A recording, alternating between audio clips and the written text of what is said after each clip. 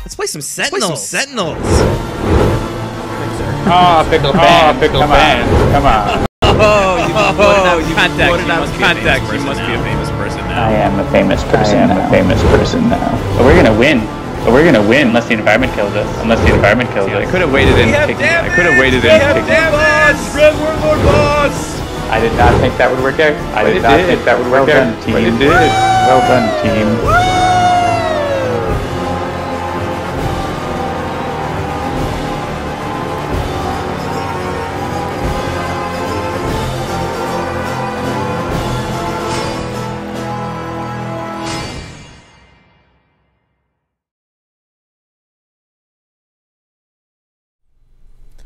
Greetings, everybody. Are you hearing me echo? Or was it just the music? I don't know what's going on with all that. It was just the intro? Okay, yeah, I don't know. Something must have been screwy with Game Show. I was trying... John told me he's going to be a few minutes late tonight, so I was, like, rapidly trying to, like, get some things set up so that I could play some Aeon's End for you all. Because that is a thing that we are doing right now, is Aeon's End.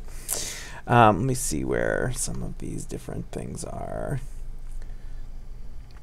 Good evening, Lou Dolphin, Brian the Wolf Hunt, Citizen, Percy Provinces, Takewalker, everybody. Welcome. Yeah, I missed you all last week so much, but I'm thrilled to be back. Yeah, we hit 21K, and wow, did we hit 21K. Like, with a bullet today. I don't know what was going on. I guess a lot of people were just excited. Oh, is this the one I'm playing on? Oh, it was already running. I didn't realize it was already running. You know what? Hang on. We're gonna back up. Should I resume? Yeah, I kind of need to resume. That's fine. All right. So, yeah, Sanvar is echoing. Of course he is. I'm not hearing any music. Are you folks hearing any music? I'm guessing probably not. Let me see. Can I capture from Chrome? Let's see if I can capture from Chrome. Google Chrome. Monitor through USB audio. All right, let's see if that'll work. Yeah, we're playing a little loose tonight, trying to see what we can do. To have some fun, maybe have some things work, maybe some things won't work, who knows. Audio capture, Chrome audio add. Alright, I'm still just hearing myself, I'm not hearing this. Effects, music. No? Alright. In that case, what I'll do is I'll just turn up the Sentinels music.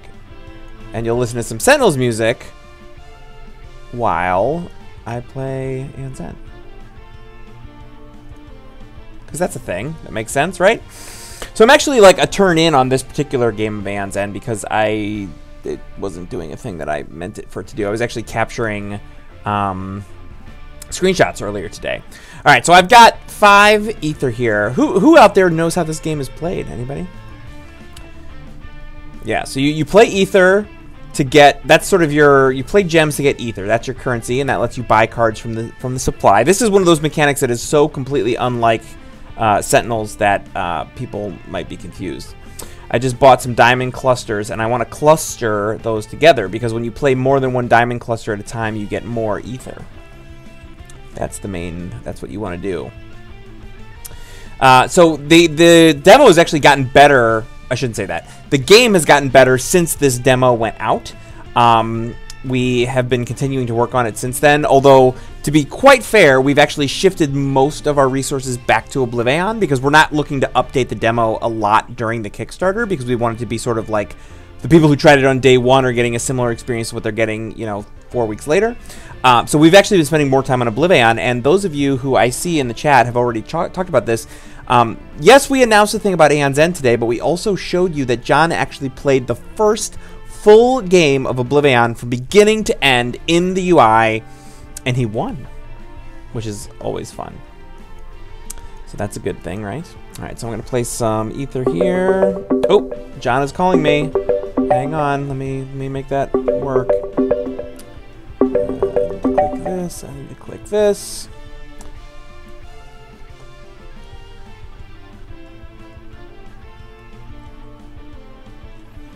Woo! Takewalker shared. Thank you, Takewalker. Actually, everybody was sharing today. Hey, John. How are you? Sorry, I'm late, and then Slack wouldn't work either. So that's okay. And now I can't get onto Sentinels because Steam won't work.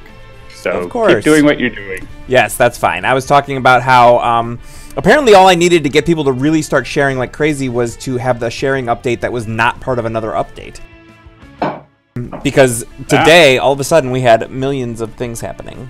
And by millions, I mean tens of things. But millions of things. The Kickstarter's been like picking up, so it has. All right, John. I mean, I gotta get you hooked up here because it's not seeing you yet. I need to like restart Steam, I guess. Nope, it says there's no internet connection, but clearly Steam, there's an internet connection. Come on, Steam. What are you doing to me? All right, let me see here. So you're in Slack, and we want Slack. I'm late because I was playing board games, and I was like, let's play a quick game of Magic Maze. Well, everyone was like that, and I was like, all right, and then it took too long. But Magic Maze is really fun. I recommend. Slack call Handelabra Slack. Is that the one that I want? Let's see. If I show that.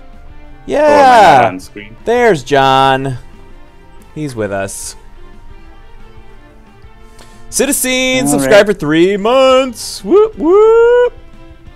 Thanks, sorry, Steam is not cooperating here. That's just fine. We don't need. I guess it's Tuesday night on Steam. Indeed. You playing Aeon's End?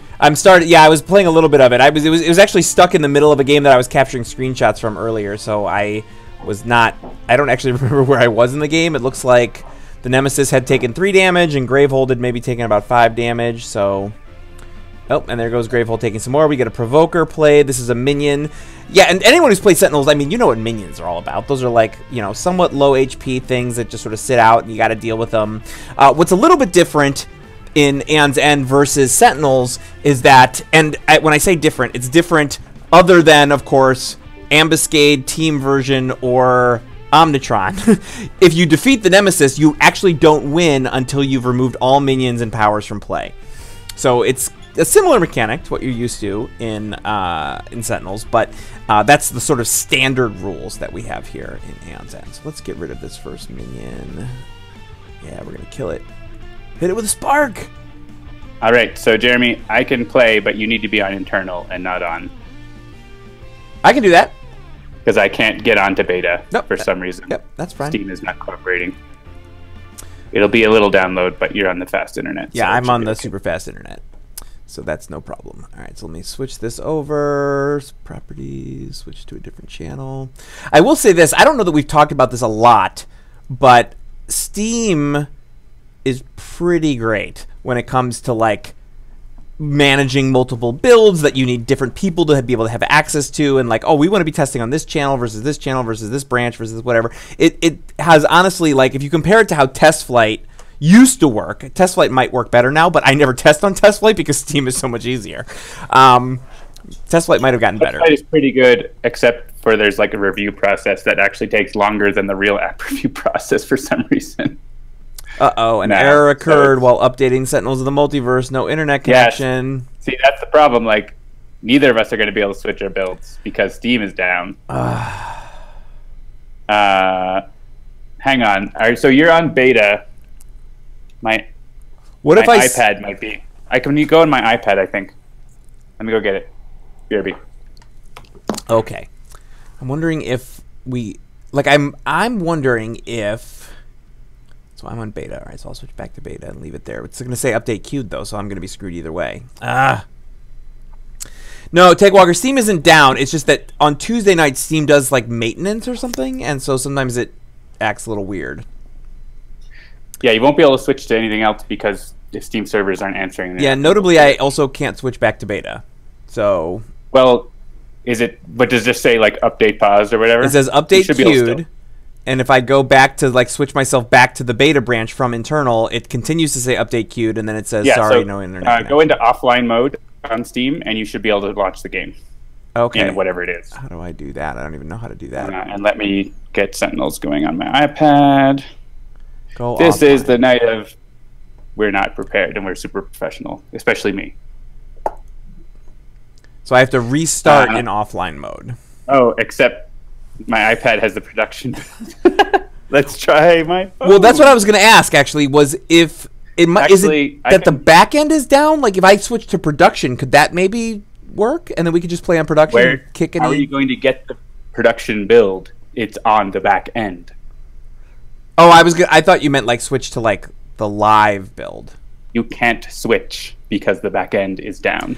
I understand that the back end is down for people who use the back end. My question to you was, like, could it be that, like, public-facing Steam of, like, normal things is fine? It's all Steam. It's all Steam. I understand it's all Steam. I'm saying... I'm going to get... All right. I am relaunched on beta.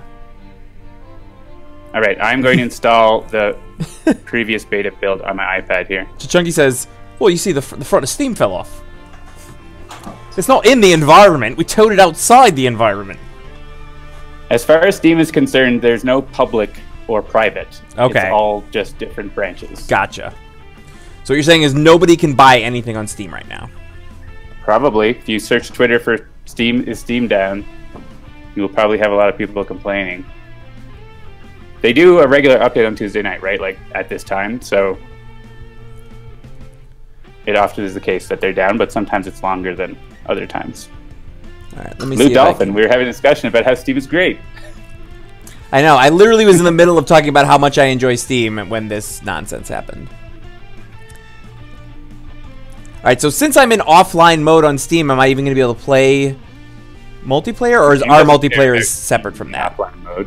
What's that? Our multiplayer doesn't go over Steam servers. Got it. Okay. Boom. If All right. it did, then it wouldn't. All right, so there we go. I am on beta on Steam, and it is running, so that is a good thing. All right. My iPad is updating, so let's make some entertaining small talk. Yeah, I don't know. Maybe I should do something like, welcome everyone to Sentinels Live, because it's Tuesday, and it's so 7:13. Yeah, thanks for joining us from the Digital Tabletop, where we play Sentinels of the Multiverse, One Deck Dungeon, and more. Oh, I screwed it up. I was supposed to say Handelabra Live. I'm just so used to my script. Oh, you did it. You did it wrong. I screwed it up. It's Handelabra Live. Thank you, Lou Dolphin. The goal of these streams is to have some fun while showing you how to play our games, as well as covering strategies that might help you win. Handelabra Games believes in civil rights for everyone and being as inclusive as possible, so any comments or activity actively working against that goal are not welcome and will not be tolerated, including from us. So if you hear me, if you hear John, or much more likely me, accidentally slipping and using non-inclusive language, please do let us know. It is my goal to get better about that kind of thing. I think one example was I used the word lame. I was like, oh man, that's lame. And someone was like, that's ableist. And I was like, ah, you're right. Should have said that. Sorry. I'm trying to get better. I can do it too, you filthy Dutchman. I know you can. If there's one thing, if there's two things I hate, it's people who are prejudicial and the Dutch. Anyway, yeah, so do call us out on that. We are always striving to be better. If you do enjoy the show, please like, share, follow, and subscribe. And be sure to check out all the other shows here at twitch.tv/Handelabra Games. We've got Dolphins Dive. Ugh, my script is all wrong. Thursdays at 7. I'm going to update this. Thursdays at 7 p.m. Eastern. We've got Tales from the Archive Sundays at 7 p.m. Eastern. And Mondays, 7 Eastern, is On Deck with Pirate Savvy and Dover. And please do scroll down and check out the Handelabra Discord server. There's all kinds of cool stuff happening on the Discord server. And all the other social places. That is the thing. Let's talk show notes. So, aside from all those shows I just listed, we also have a dev stream tomorrow, 1 p.m. Eastern. We are going to be showing off more Aeon's End stuff. And in fact, this week, we're going to be making a mage. That's sort of like a hero in Sentinels parlance. Which mage are we doing tomorrow, John? Phaedraxa? Phaedraxa. Something like that. So a mage, similar to the way that like a hero in Sentinels has like a power, a mage in Aeon's End has a power and a starter card. So those are the sort of the two things that make a mage in Aeon's End. And so we're going to show you how we program both of those in the engine. We're going to show how we hook them up in the UI, and then you'll sort of see the process from not beginning to end, but beginning to a little bit past the beginning, as it were. So please do check that out. Steam is downloading a thing on my thing now, so I might not have to use the iPad. Oh, cool. Carry on. All right. Well, I will continue with my thing. I'll draw it out. I'll vamp a little bit. As we are the developers. Oh, the other thing I wanted to mention was that there's a Kickstarter. I'm going to put the link here. If anybody has not yet checked out the Kickstarter, check out that link, and please do so. Tell your friends about it. Aeon's End is our new co-op deck building card game that we're working on now. The Kickstarter lasts until December 4th. We are more than 2/3 of the way through our funding. We're just trying to get to 30,000. We're already at like 21.5. So, and we're only about a week in. So I think that we're doing pretty well, if I do say so myself. But please do tell your friends. We got some stretch goals. We did just announce a crossover mage, which John is going to play tonight at some point. I have decreed. What? I'm playing it tonight. You're going to play Nightmist in our game tonight. Okay. Honor of the crossover. Cool. Cool. I'll do that. As we are the developers, you can always be sure to get some insight into the process, like at the dev stream tomorrow, and maybe see some stuff before anyone else. The game, all of our games include tutorials that cover the basics, but we always do our best to explain exactly what we're doing, when we do it, and why. Depending on how long it takes for us to win or lose, we sometimes play multiple games in each 2-hour episode. Sentinels: The Multiverse is currently available for iOS, Android, as well as PC, Mac, and Linux via Steam, and always in good old analog cardboard and ink, as are all of our games. Although some of them are not quite available on phone yet. One Deck Dungeon. But we're going to look into that next year. Check out sentinelsdigital.com for more info. Check out handelabra.com for more info on all of our games. And please do leave us a rating or a review if you've played our games and you like them. That really helps for visibility, and we would super appreciate it. All right. I think that covers my opening script. So we're just waiting for John's thing to download, if that is a thing that is going to potentially happen. Steam says it will download in an hour. So what build number are you on? I am on the main menu. 2.8 build 821. Good. Should work for my iPad then. So awesome. Go ahead and make a room. All right. So let's make a new online multiplayer. Also, I posted in the chat a link to this week's Void Guard variant hint thread. Yeah, that is not downloading still. Maybe Steam will download it at some point. We'll see. So check that out and ask your questions about the unlock condition, and upvote and or downvote the questions you want to see or don't want to see. The highest voted question, which you can't see yet, has 13 points, depending on when I reload it, I guess. And the lowest question has -5 points. So some people don't like some questions, but some people like other questions. So go and check that out in Reddit. r/Sentinels Multiverse, and we will get the hints at the end of the stream. Right on. All right, I'm in a game. Freedom 5, number 838. All right, tonight I want to play against Akash'Bhuta. Because I feel like Akash'Bhuta, of the Sentinels villains, you know, maybe Gloomweaver, but I feel like we've played Gloomweaver recently. Akash'Bhuta feels the most like a sort of Aeon's Endy kind of thing. And so that's why I want to play against Akash'Bhuta tonight. And I vote for you to play Nightmist. Dark Watch variety, because that is... I was trying to remember, they said Akash something funny on the stream, or on the podcast I was just listening to. It was like Akash, some kind of dinosaur, Akash'Bhuta or something like that. That was, nice. Someone in the chat, I'm sure, will correct me in a moment. Akash'Bhuta. Akash... Well, I thought it was something else. Akash'Bhuta or something. Akash'Bhuta. There you go. It was a dinosaur. Well, pterodactyl. I could be. And Adam said it was canon, and Christopher said he was wrong. But Adam's like, no, canon works like dibs. Whoever said it first. It's canon. Nice. Yeah, it was the Akash'Bhuta, and Adam was like, it's a pterodactyl. Takewalker. No, it's not. So speaking of things that are canon. It is canon that Christopher and I love Coheed and Cambria, and we go to concerts. I just posted a link to us having an amazing time at the concert, so you should all check that out. It was a wonderful time, and it was fun being at the Greater Than Games home offices once again. I played Chocolate Roulette. I think that's what it's called. Chocolate Roulette with them. It was fun. It was good times. All right, so let's see. What heroes do I want to play tonight? If we're going up against Akash'Bhuta, I mean, I guess I could try and do things that are like... I think I'll do Tempest. Because Tempest is obviously always good against Akash'Bhuta, but the sort of like electric powery kind of a thing is somewhat... Yeah, that's what I'm going to do. I'm going to do Tempest and Ra. So we've got like Sparks, and we've got other sort of potential powers there. If you say Sparks, you have to be Unity. That's true. Sparks. What's up, Sparks? Maybe for game 2. My iPad over here so that I'm looking more where the chat is, and I'll be looking in the same places more often. We'll see. Bring back Debbie. It looks weird. All right, so now we just need to pick an environment. Where have we not played Akash'Bhuta? This is where I wish I had the thing up. Don't you have a spreadsheet for that? I do, but I don't know. I'm assuming Chris has been keeping it updated, but like we've played so many games of this that it's like I kind of was like, it's not a thing, but it's gonna be a thing. Probably haven't played her Champion Studios, but we can't do that tonight. Yeah, so. Not yet. Soon though. Not soon, TM. Not soon, TM. I know what you all are thinking. It's not soon, TM. But those decks are programmed, and they are in our internal testing at this point.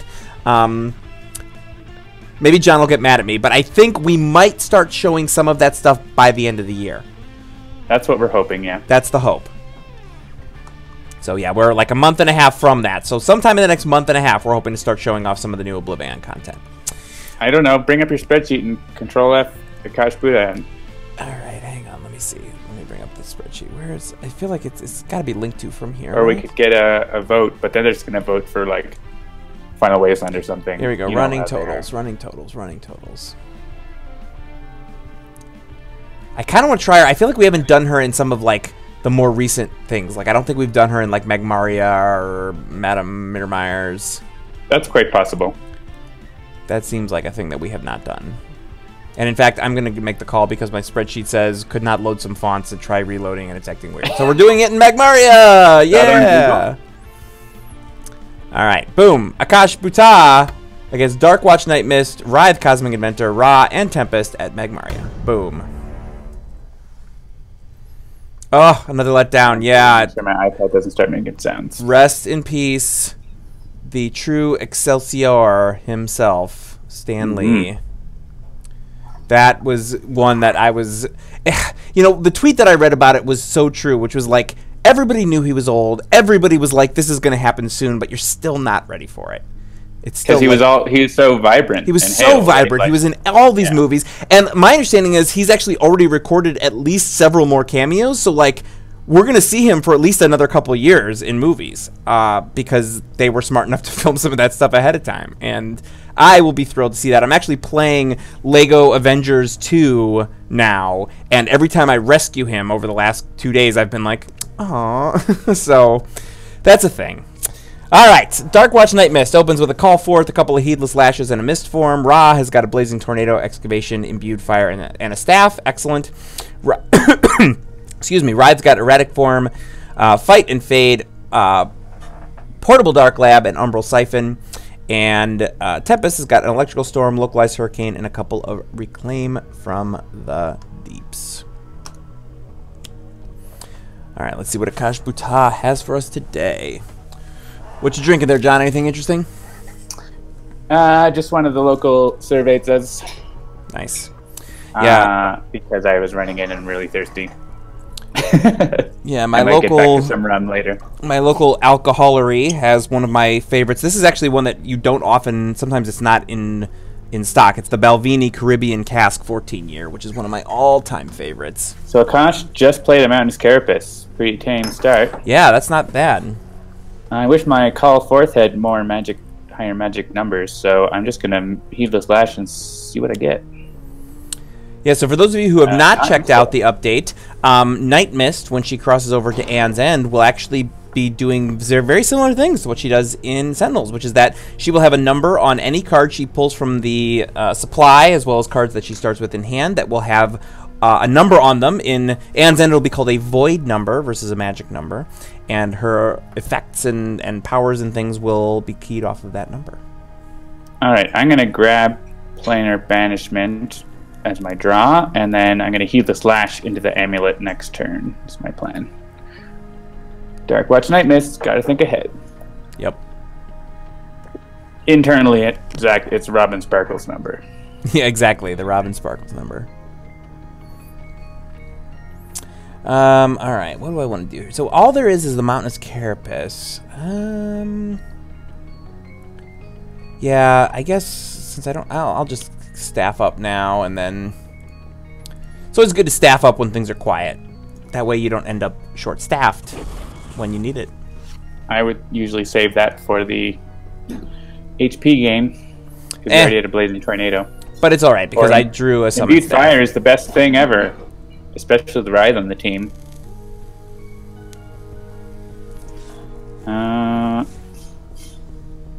Oh, I have Fight and Fade, so I can grab the Shadow Cloak. That's nice. Yeah, Citizen in Aeon's End, it's actually the Robin Daggers number. And then I can play another card. I think I'll start getting cards with Erratic Form. P.S. Who would like to have damage prevented to them each turn? I'm going to guess probably either... Actually, Nightmist will not hit herself. And that's fine because... I won't have the... We did have this combo on stream before. I don't know if you were here when we had this combo, but the Nightmist and Writhe Cosmic Inventor. I don't think so. You can keep Nightmist from hitting herself, which we won't want to have later because we'll want the amulet to do the thing, but... Right. Yeah, I take it everybody had fun last week. I did try to check in, but I was doing family stuff because the next day I was flying to St. Louis to hang out with my buddy Christopher, so... See, Jeremy, so pull up Concealed Assailant and read that. Alright, so Writhe deals 1 target 1 melee damage. Writhe may also deal that target 1 infernal damage and 1 psychic damage. If at least 2 types of damage are dealt by Writhe this way, destroy the Shadow Cloak. And what happens if Imbued Fire is in play? Everything becomes fire. So how many types of damage are dealt this way? 7? Just 1. So we get to do 6 damage with no downside. Actually, it'll be 9 because of the Shadow Cloak giving a +1. Well, then I think I know what I'm going to do next turn. So let's do that. Agents of Sream. Yeah, sorry, Lou Dolphin. Not all of us are math professors. Agents of Sream was great times, even though my connection here probably wasn't good enough. We probably should have Lou do it next time. Yeah, like I checked in once or twice, but I just was not in a position to actually pay attention, which is unfortunate. But I think the video recorded okay because Crista didn't say anything about it. So, okay, cool. And I entered the video for YouTube, so YouTube will just have a bunch of us going like, "All right, let's wait for it to be green again." Yeah, I don't. I don't do math, people. I'm the boss. I have people who do math for me. Although to be fair, and when I say that, it seems like things are not the way they are. John and I are co-bosses. We are partners. We're like co-parents. Exactly. When one of them gives you the answer you don't want, you go to the other one, and then you get them into a fight. All right. Do I want a localized hurricane or do I want an electrical storm here? I tend to want a localized hurricane because despite the damage increase, I like dealing damage. Yeah, John's voting for a localized. That's going to be a fiery electrical storm. Yeah. Based on what you had said before, I was like, that seems like it's probably the best choice, so that's fine. We'll do that. We have a damage-heavy team here. You get another electrical storm. 2 parents and a Handelabra. All right. Our powers combined. Poor Behemoth comes into play, tries to deal damage, but he gets destroyed before he even gets a chance. Oh, Behemoth.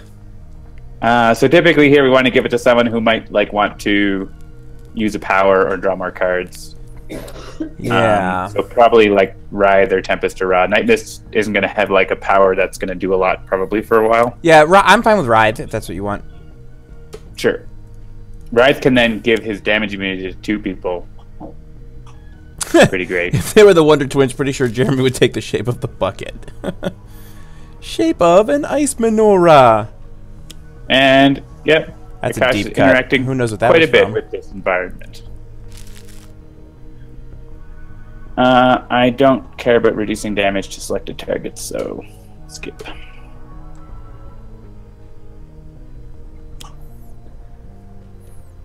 Oof. Alright, well... Well, we can blow that up. Yeah, so Writhe can't deal damage. Oh, is Writhe the lowest? That sucks. I guess Writhe's going to be the lowest most of the time.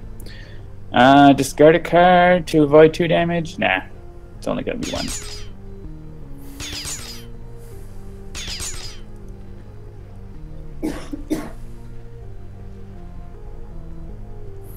Yeah, this is just standard Akash. No advanced challenge, ultimate, etc., etc. How much do we care about Allies of the Earth? Because I could blow it up, but I'd rather get my... Yeah, if you have better things to do at this point. I mean, she's at full health, so... Yeah, that's true. Okay, I'll get rid of it next turn. So, we'll heal this Lash. Revealing surprise. Another letdown! Immune to damage. It's fun to be so in sync with people that they know your weird references even before you make them sometimes. So I'm going to... Actually, Tempest is going to do like 2 and 2, right, to everything. At least. So, we don't need... I don't need to hit that Carapace.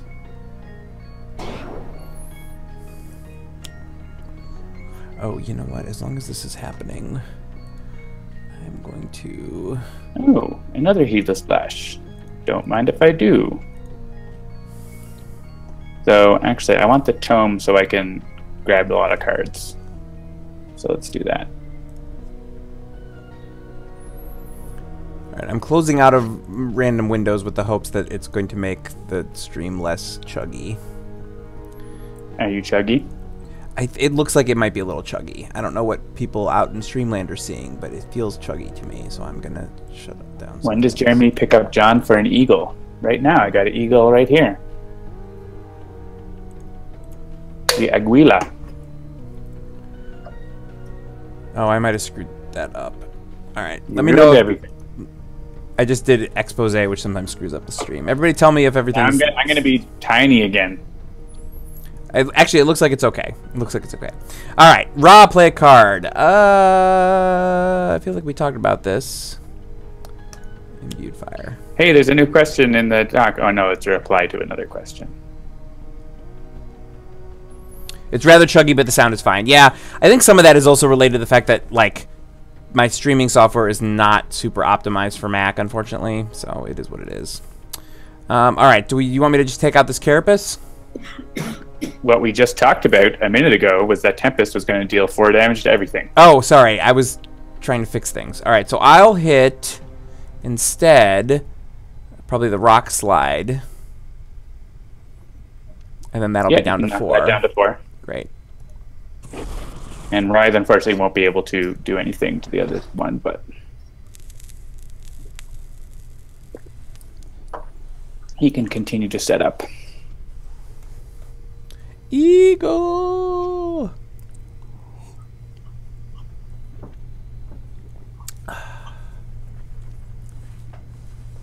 I do love the portable Dark Lab. This is definitely one of the most chill pieces of music that Jean-Marc has ever made for this game. I'm actually going to not put the Concealed Assailant in play in case Akash destroys all our stuff. Well, we do have a bunch of cards out. How many ongoing cards we have? We probably will have enough. Just soak it. How many does she destroy? Yeah, Searin, it's actually a difference of my capture speed. Like, when I see John, he's moving very smoothly, but my capture software captures him slowly. Imbued Fire, Electrical Storm. Yeah, if I play another ongoing card right now, unless Tempest plays an ongoing card, it's just going to get destroyed if she plays it. And I would rather play it next turn. So, let's just play... the Dark Lab. The Dark Lab is where the Dark Web was created. Somber Tinker. Yeah. Get more equipment cards out. That's cards we have lots of. I'll play that Umbral Siphon, and I'll use my base power again to protect Writhe so that the brambles don't hit him. Oh wait, or does the Brambles just selects a target? Oh yeah, that's no good. Yeah. Alright, we'll just choose Nightmist again then. Pokemon Mystery Dungeon. Tell me, everybody out there, watch the trailer for Detective Pikachu. Because that's the only thing I can think of is it's Deadpool inside Pikachu. I know! And it's so good! Like, I immediately, the minute I got home, I was like, everyone, children, gather around. I have got something to show you. And they all thought it was amazing. Yeah, Pikachu being Ryan Reynolds is like, I don't know what fever dream brought that about, but I'm so glad it did.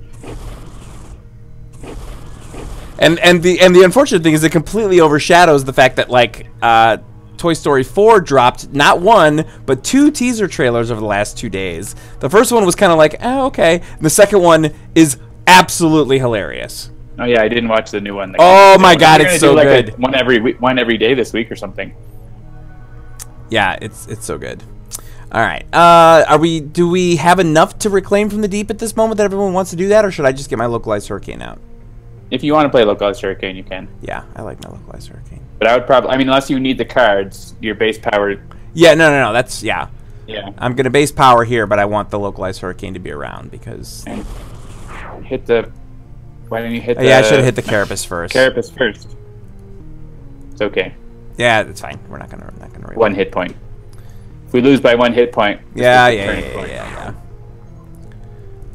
My dad, when the Browns used to play football and not whatever it is they do these days, he used to say, that's what's called an LL, which means it looms large. And it was always something that happened in the first half, and it was like, oh, if the game ends by whatever, we'll know what happened. It was because of this thing that happened early in the game.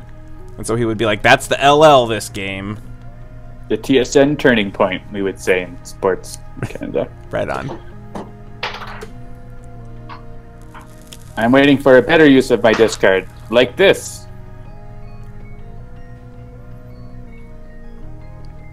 All right, yeah, she can play a card first or gain hit points first. I don't know if it matters. Yeah, I don't know how I feel in terms of like the furtherance of the art form with regards to Toy Story 4, but I know that the second teaser trailer was hilarious and I laughed my butt off, so. Alright, do I need to use, if I use my power, I'll draw more cards. And cards are great, I do have a lot. I can't actually damage her to prevent her from gaining hit points. So, yeah, maybe I'll wait till next round. I can get better use out of a big damage or something. Oh my goodness! So yeah, so Pikachu dressed as Deadpool. I actually saw when I was at Kings Island this summer. There was like someone had done like a what do they call it when it's like spray paint on a T-shirt. Oh, what the heck is that even called? I can't remember the name of it. Let me find it because I took a picture of it. Yep, there it is. Hang on, I'm gonna put this on the Dropbox.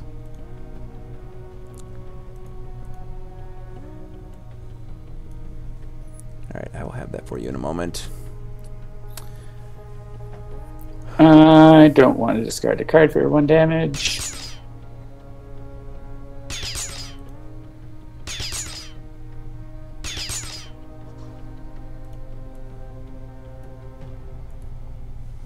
Alright, I want to call forth. I was of the earth. Airbrush, thank you, Zach. Why is it not letting me export this? But first, thank you, Deadlock PM, who said it first. Oh, did Deadlock? Oh, yes, Deadlock. Thank you, Deadlock PM. That's what I meant to say. More extra thanks, but also thanks to Zach.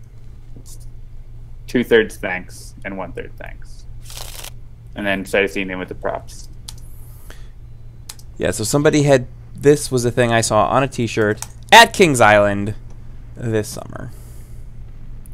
All right. That Magmaria Throng is going to get messy soon, so I'm thinking I'm going to have a planar banishment dialed up to destroy a bunch of stuff. So let's draw Enlightenment. See you, Mazingo.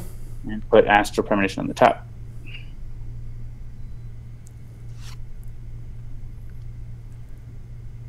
Oh, wait, that's not... Why didn't anybody tell me that the chat was in front of the banner? Because I didn't know. Well, I'm not talking to you. I'm talking to the people out in the stream. I mean, I can only speak for myself. Here we go. That was my reason. Oh, except of course now it's actually doing Sentinels live, but it should be doing Handelabra live. Oh, I can fix this later. All right. Well, we'll summon staff just to do Blue that. Dolphin's telling you. Thanks, Blue Dolphin. I love you. Right on time. All right. Yeah, Inferno. Luck thought you meant that way. Oh, it seemed intentional. Like I was trying to cover up the fact that I forgot to switch it out to the Handelabra live one. All right. What's in the environment trash?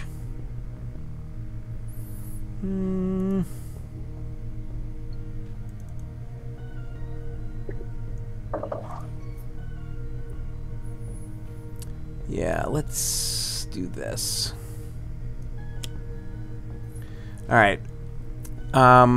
What are my most important targets with the first thing? So these are going to be 5 damage each. The rock slide and yeah, I mean Tempest is gonna be able to take it anything with 4 or less or 6 or less. So yeah, I would like you can't hit the fire guys, right? So just hit what you can. Yeah. So should this one go to Akash or okay? Should go to the Brambles. Okay. I mean, but you have more than enough, and you could send one to Nightmist if we want to redirect it over as well. Yeah. I forgot that it was more of the things. All right. All right. So and send Nightmist. one to Nightmist. All right. Yeah. Oh wait, she's immune to damage. Oh well, what are you gonna do? Oh well. I'll stop doing that because Writhe is going to be doing Mondo damage soon. So. Ooh, Mondo damage. Mondo. Yeah, if you hit the brambles, then Tempest will clean it up at the start of his turn. Nice. Things are getting cray-cray. I could also prevent Akash from playing cards. But I think Concealed Assailant is just too good.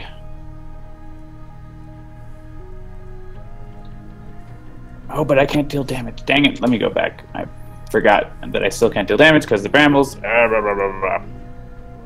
Then I will prevent her from playing cards because I can't. I mean, I could make them deal damage. No, it's Grasping Shadowcloth. And we'll choose Akash. Let's put... It doesn't super matter. I swear Crista said she made a thing, but now I don't know where to find it, so I think it might just stay as the thing for now. And I will destroy the Shadowcloth because I have Skiyamaki to get another bit back. And I get another one. And then I can't deal damage. I could prevent her from regaining HP, but she's not going to gain that much because there's not... The environment targets... Well, there's the one with 12 and 11, I guess. She could heal a bunch. Or I could protect Tempest from the things hitting him. Oh, I have to deal damage for Umbral Siphon, so it doesn't make any sense. I'll protect Tempest. Since Tempest has a +1 against him. Hey, Fight and Fade. That's exactly what I want. Let's discard... I'm probably not going to use Distorted Perception, really, because I have better things to do with my time. And draw another one. Well, getting through the deck. Right on. I don't think order matters.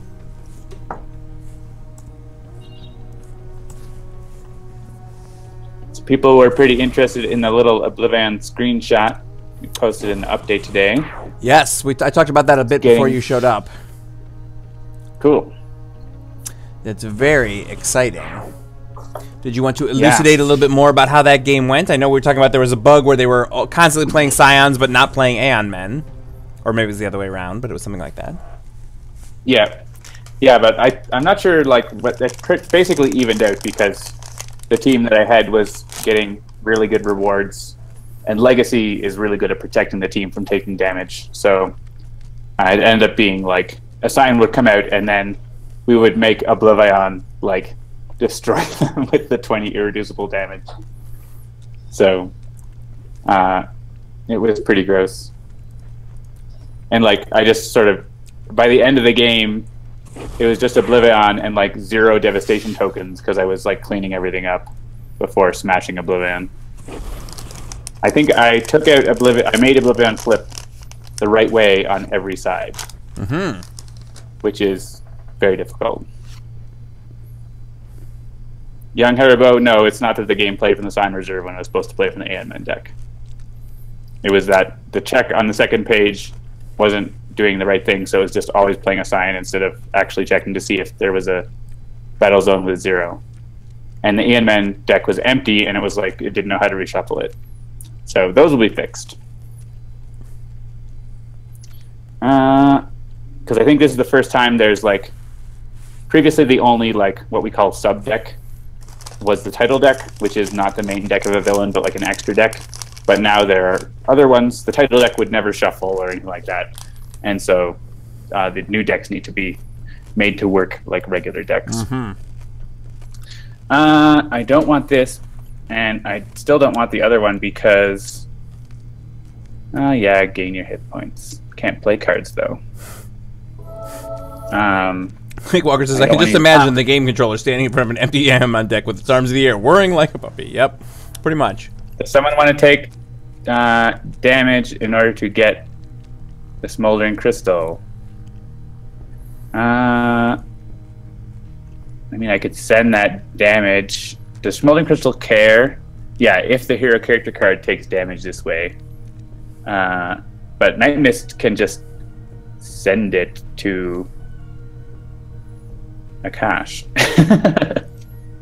So why don't we just do that? Sure.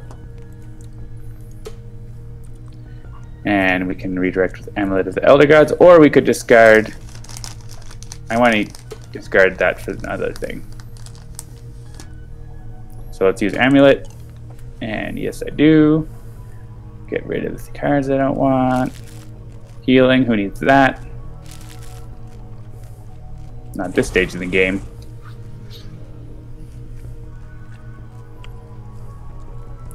And let's go, no more cards, so no more thingies. Alright. So I am going to play Planar Banishment. And I'm going to redirect with the Amulet. Yes, I do. Thinking about getting Elder Ring into play, actually. So I'll hang on to that. Do a bunch of damage. Destroy definitely Allies of the Earth.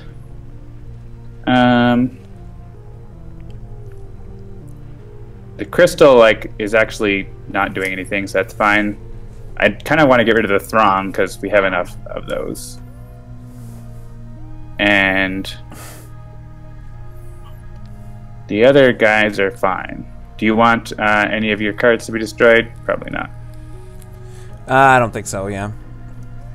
Okay. Siren, maybe? Ooh, says, Bullet Bourbon, you make me complete and able to relax to Handelabra shenanigans that much more quickly. I'm definitely a fan of Bullet. That's one of my go-tos in the bourbon world. You should look up about Bullet. They have a problematic... Oh, really? Homophobic thing. Oh, I actually haven't gotten them for like the last month. I've been doing Knob Creek. Yeah, I only read about it. Like, they're... The, like... One of the... I don't know, she's the daughter of, like, the Bullet Baron. She's, like, the heiress or whatever. Came out, and they, like, basically disowned her and, like, did a bunch of bad stuff. Yeah, I mean, this is why I don't go to, what's it called? The chicken place. Chick-fil-A. Yeah, Chick-fil-A or Hobby Lobby. Well, there was no danger of me ever walking into a Hobby Lobby even before that. But but yes, so those are two. Yeah, so I was like, oh, I like Bullet Bourbon. That's weird. And I looked it up, and it's like, yep, that's real. That's a bummer. So, yeah. So just have Maker's Mark, which is way better anyway, in my opinion. Yeah, I've been having Maker's Mark. Yeah, the two that I have at home now are Maker's Mark and Knob Creek, and those are two that I've been pretty happy with. Knob Creek has a couple of, you know, sort of specialty blends or like small batches or whatever. A lot of or whatever. board gamers go to Hobby Lobby because they have like like hobby cases that are really good for storing things, which is unfortunate, but I'm sure you could buy those things from other places. Yep. All right, Writhe can deal damage. Writhe is gonna deal some damage. Oh, but I don't have the Shadow Cloak. Hang on, I played the wrong card. Rewind. Okay, hang on. Play Fight and Fade. This was my plan, and then I forgot it. Fight and Fade, hit Akash, get the Shadow Cloak, play Concealed Assailant, and then deal 9 damage to Akash'Bhuta. And we'll do that as many times as we can.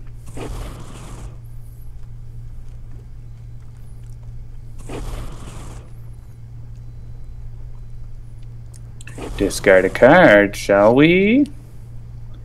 Yeah, sure. Discard an equipment that we can later get back if we want. Hey, Grasping Shadow Claws again. Yeah, a buddy of mine who I've known literally since like 1st grade, his absolute favorite restaurant in the entire world is Chick-fil-A, and he will not be dissuaded from that, and whatever, it is what it is. But I just, like, I get it. He's like, he does things where he has birthdays at Chick-fil-A and does all this other kind of stuff, and it's like, I've never liked them that much. Like, I even remember back when I used to go to Beecher Place as a kid, my mom would want to go to Chick-fil-A, and my sister would want to go to Chick-fil-A, and I would go to the San Angelo's Pizza right next door, and I would bring it in and be like, I'm going to sit here in Chick-fil-A eating my pizza because my mom and my sister both ordered Chick-fil-A, so you can't kick me out. So you probably actually want fire. Actually, well, maybe you want, like, you can always choose what damage type when you deal damage. So you might want to pick one that Akash does. Yeah. Like melee. Yeah, that's what I was thinking too. Like, I had that same sort of thought process. I was like, well, should I pick fire? But it's like, eh. The environment's going to reshuffle too. Seamus Butler points out, at any hardware store, you can get great games cases, calls, toolkits, and storage boxes for a third of the price as specialist shops. That is true. If you need something for your boat, don't go to a marine store. Unless you really need something that's like really, it has to be good. I wouldn't hit any of these unless you want to target Nightmist and we can redirect it. I can do that if that's what you like. Let me see how many cards I have. Yeah, actually don't, because I think I want to save my cards. Done. Yeah, my friend Fraser, who's been on here on the wacky Canadian edition of Sentinels Live, used a toolbox for his Sentinels collection for the longest time before the big case came. Oh, the big case is so cool. I'm so happy to have ours here finally. So ridiculous though, like trying to move it around. Yeah, it is enormous, but it's not really meant to be moved, I don't think. Yeah. Ooh, discard a magma crystal to draw 3 cards. Well, we don't want that. We want to deal lots of damage with Writhe. With all this fire flying around, it's a good thing the environment is Magmaria, says young Harebo. Oh, wait. Hang on. I picked the wrong power. Can we rewind? I thought I was picking... It was off screen, I think. Picked the wrong one. Do that. Oh, yeah, it was just... I tapped on the wrong thing. I'm bad at tapping, alright. He's used to clicking. Let's do 9 damage. I'm really used to clicking. I can go back to Steam probably after this game. And I'll be more face forward.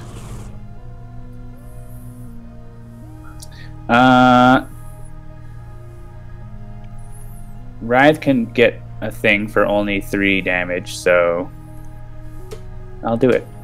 Alright. I'll do it. I'll do it. So over the weekend, I made like a fall festival dinner for my family. I made my world famous shrimp and pumpkin bisque, which is delightful. And then you have talked about this. I have talked about this before, yes. And then for dessert, my kids were like, "What if we made apple pie ice cream?" And so we have this like thing that my son got for a Christmas present a couple of years ago, which is like this big ball that you can make ice cream in, where you put the stuff in one side and you put the ice and the salt in the other side, and you play roll soccer with it. Yeah, exactly right. And so I cooked up some apples and I caramelized them, and then we blended them together, and then we made this ice cream with a little bit of vanilla and then cinnamon and caramel and crushed graham crackers. And it was seriously, like, I'm not tooting my own horn here, it was as good as any ice cream I've ever eaten out of a store. I was so thrilled. Homemade ice cream is going to be better than any ice cream from the store.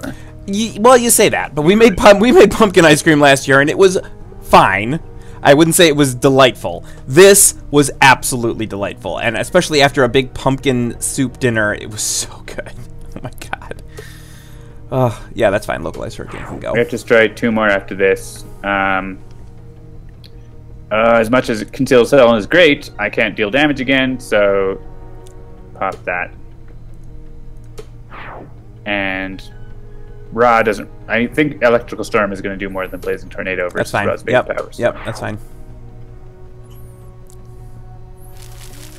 Yeah, it was super sweet, and yes, my teeth almost fell out. But when I make the pumpkin soup, I tend to make a ton of it, so I've been eating it for dinners every night this week, and oh, it's so good. Yeah, I'm going to use Writhe's Crystal to redirect this damage. Pirate Savvy, once again, proving why she's a member of the stream team. Thank you for linking to the Hands End Kickstarter. Yay, Pirate Savvy! She's a super team player. If you have a team and you have the opportunity to draft Pirate Savvy onto it, I highly recommend it.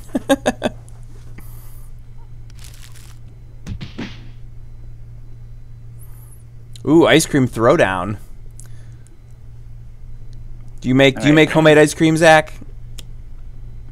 Start getting more cards from my amulet.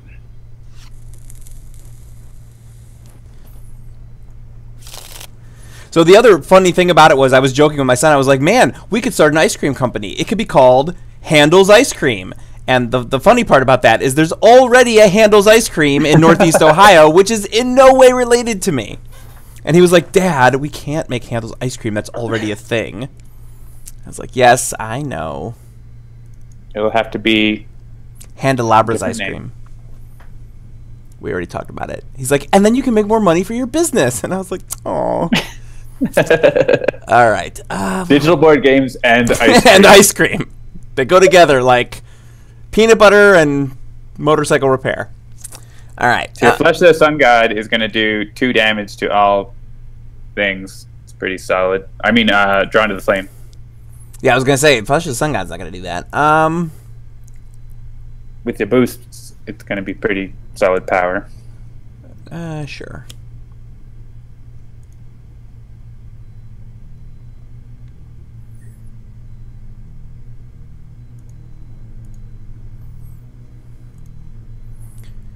Yeah, I'm not going to take anything out, so the order's not going to matter.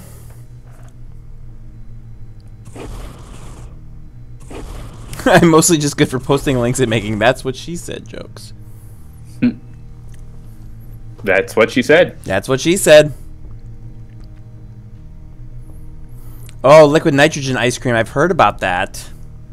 I had that liquid nitrogen ice cream. Brittany, where was that? Where the liquid nitrogen ice cream, and they like it was like a lab, the shop, and they were wearing like lab coats. I had that too. And stuff.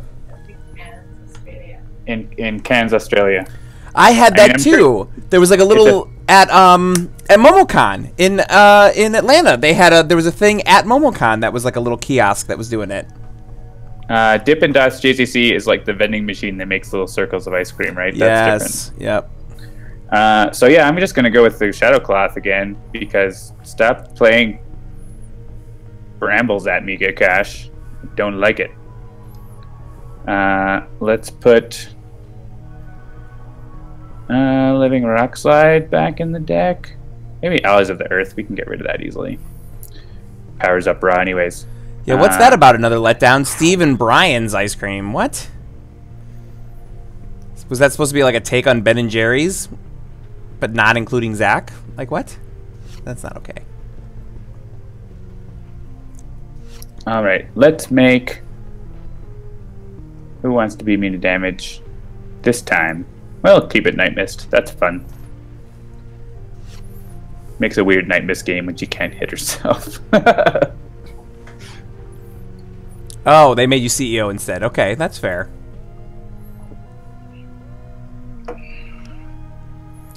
Any order gonna matter here? No order matter. No. Doesn't matter. Okay. That Teambound Shackles is pretty sweet. Yep.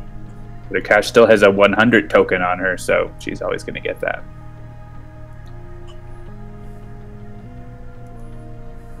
Sonic for a larf. Yep. Yeah, why not? That's what I would do.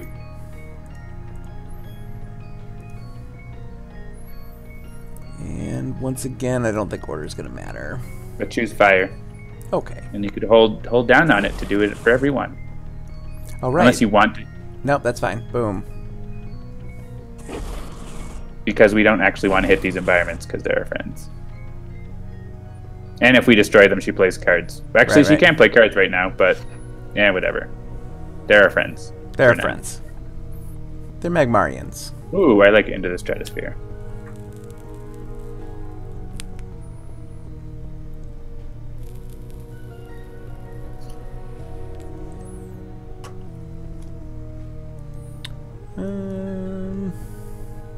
All right, this is going to kill all our friends, though. So order will slightly matter here because... Actually, no, it won't because... Well, let's hit the environments to make sure she doesn't, like... Sure. She can't play cards anyway, so I think it really won't matter. Okay. I'm going to say it won't. Sure. Because even if Nightmist were to redirect, I don't think it would matter because that thing has enough hit points. And she's immune to damage, so she can't redirect.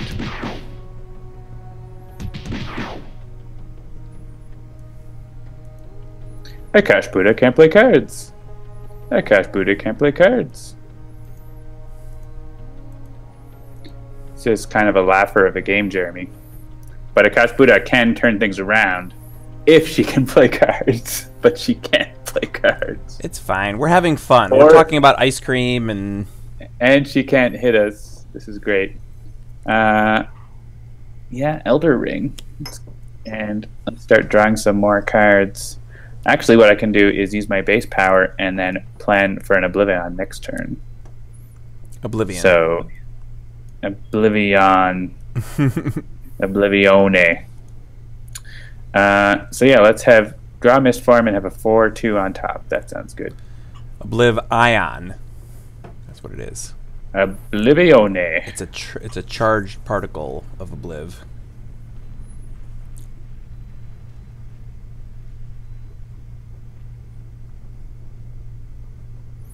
Sacruz. Yes, we've already been all over the Detective Pikachu trailer. That is a thing for sure. That's probably not worth it. So pretty much that Phalanges is going to get destroyed. So don't worry about area damage. Just like focus. Yeah. Oh, gosh. Yeah. So I'll just do this. I guess we're going to get dealt fire damage whenever we use a power. If that matters to you. We have lots of hit points, so. Yeah, I'm actually going to use this one. It's one less, but I'm going to get another card, and I want to see if I can't get some more interesting things. Flesh of the Sun God. Ooh, Solar Flare.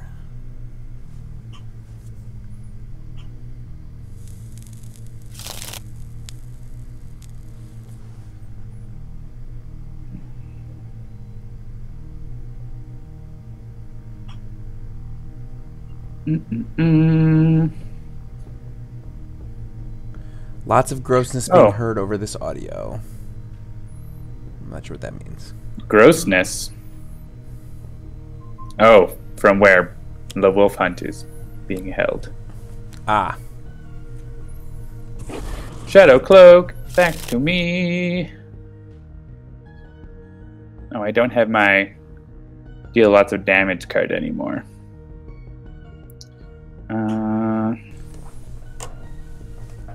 Then I can go ahead and use Grasping Shadowcloth again, because why let Akash'Bhuta play cards? That seems ridiculous.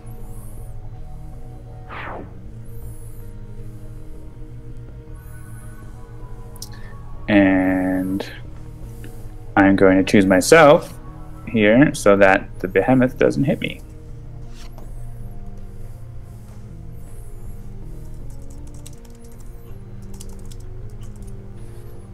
Is your sister studying about the gastrointestinal diseases of wolves in order to help you with your hunt?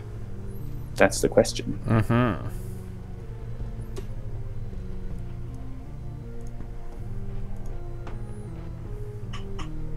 You should be able to take out that behemoth on your turn, probably.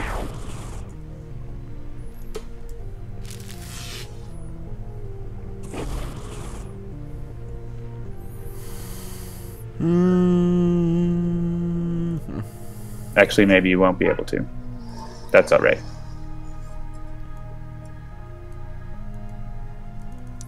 Yeah.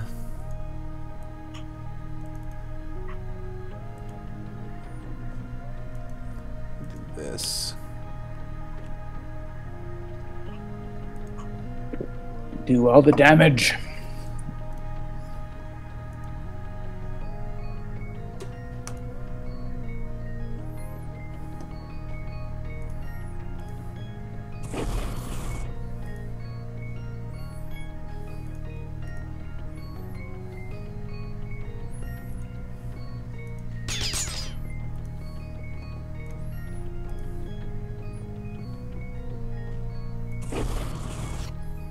Womp womp. That's fine. Alright, so we've got Akash'Bhuta down into the normal hit points for a villain territory, so that's solid.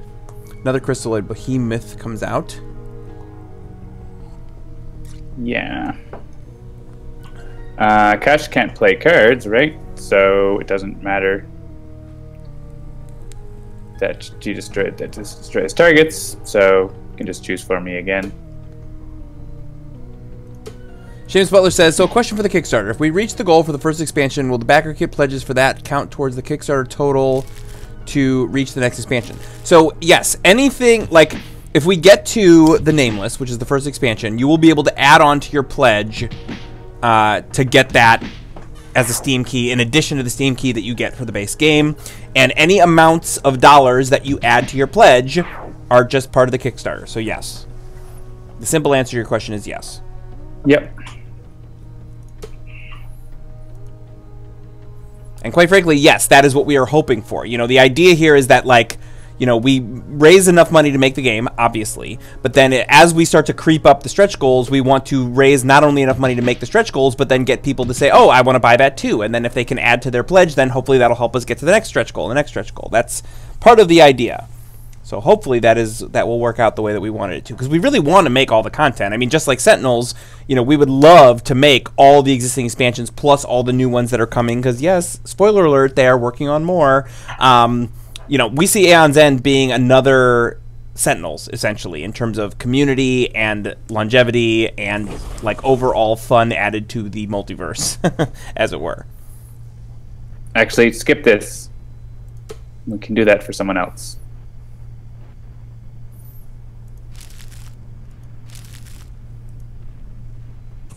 Yeah, have Rod can discard it for himself. Or for Tempest, I guess, if you'd rather. Sure.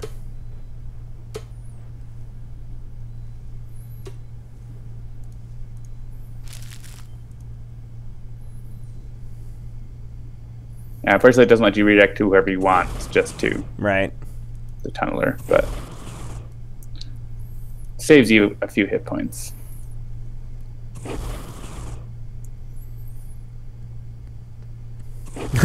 James Butler says, I asked mainly because I want to get you guys to make Aeon's End Legacy. So here's the thing. John has had a bee in his bonnet for at least 2 years now to make a digital legacy game. At this point, there are no actual plans in place to make Aeon's End Legacy, because we want to make all the regular Aeon's End stuff first. That being said, we have had some very, very interesting internal conversations about how to do a digital legacy game and make it amazing. And we've already had some conversations with Travis over at Indie Boards and Cards about how we might do a digital legacy game, maybe using Aeon's End Legacy as the sort of test bed for those ideas. Best I can tell you at this point is stay tuned. It's something we very much want to do, but we are not promising anything at this point. But we have lots of plans. Yeah, so. There's tons of content before Aeon's End Legacy. Yeah. In any case, and it also has tons of non-legacy aspects to it that could be done. So there's throw the staff. Yeah. All right. Okay. No, that's fine. I'll throw the staff. Now, if you use Pyre, I think you might get another turn. Okay. So it's only like 1 more damage, right? So, but definitely keep Solar Flare going, and then. Yeah, I was thinking about throwing the staff. Yeah, I've seen there. I just got another summon staff, so that would have been the right choice, but that's fine. No, you have to take the damage. Yeah. It's only 6. It's fine. Oh, Tiger Dash says Legacy game, not familiar with the term. Okay, so Legacy game, this is a thing that's actually fairly new in the board game world, meaning like just the last like 3 or 4 years, I would say.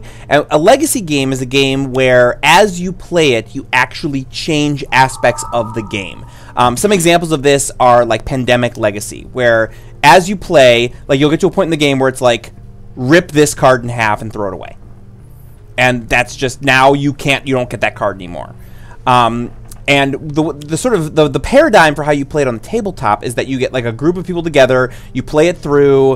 Oh, I reshuffled my deck. I didn't notice. I need to search the other place. Sorry. Okay, I'll back you up. There you go. Yeah, so there's a bunch of, there's like Risk Legacy, there's Pandemic Legacy, there's obviously Aeon's End Legacy, and these are games where you do something to permanently or pseudo-permanently change the way the game plays as you play through it. It's actually, it's interesting because, you know, a lot of digital games come from board games in that, like, you know, there are concepts and things that we sort of adapted into video games. You know, like the sort of big story-driven RPGs these days very much take their legacy from Dungeons and Dragons and that sort of world. This is actually going back the other direction, where like as you play through a quote-unquote campaign, you're changing the game, and you can't actually go back and say, oh, no, I didn't like that choice, I want to go back and change it. No, a legacy game, the whole point of a legacy game is that you can't. You have to keep going. A lot of these places also then sell like reset packs, where like once you get through it and whatever, you can buy a reset pack that will take the game back to the beginning so you can go through it all the way again. And some of that is what we're thinking about in terms of how we might make an interesting digital legacy game. So yeah, I don't know. Do you want to add anything to that it's a way for board game companies to make more money. That's not really the case. I highly recommend, if you can get a hold of Rob Davio's talk about legacy games at GDC 2016, was that the one we were all together? Yeah, it was 2 years ago, right? That was really good, where he went through the process that he went through to come up with Risk Legacy, which is at Hasbro, right? Like, you wouldn't expect a big game company like Hasbro to come out with like a completely groundbreaking kind of thing. Mm-hmm. But one of the things that like led to it was their data and everything. You know, all their research shows people don't play a particular game more than like 10 times in their life, like on average. So what if the game can only be played 12 times? Mm-hmm. You're never going to play it 12 times, right? Like, how many times do you play your copy of Trivial Pursuit, right? And so people have crap games. So honestly, look at your game collection. What's the average number of times you've played each game? Right. If it's more than 10, I would be shocked, unless you only own like a couple games that you play all the time. Yeah, no, and that's lots of times very, very common in the hobby is to buy a game and play it once or twice. So yeah, and that holds true for us. You know, like Lisa has a party game called Catchphrase that we play at least 3 or 4 times a year for the last at least 8 or 9 years, because it's just, that's the game that comes out. But then I've bought, I don't know how many games that I've played with my kids. You know, if you're not talking about chess, you know, it's like, you know, we've played Jargon once. We've played the Super Mario game that I got for the kids. We've played that twice. We've played the what was the one that I got? The Princess Bride game. Clearly I can't choose the wine in front of me. We played that game. We played that once, you know, and like they're all great. They're fun games and we have them, but like, yeah, we haven't played them dozens and dozens of times. That's just not a thing. Yeah. So, I mean, I really love legacy games. I really love that you can tell a story and have the game change over time. And in every Legacy game I've played, at the end you end up with a board game that's unique to your group that you can continue to play. So like when you finish Risk Legacy, you have a Risk board and a Risk game that is still a Risk game you can play.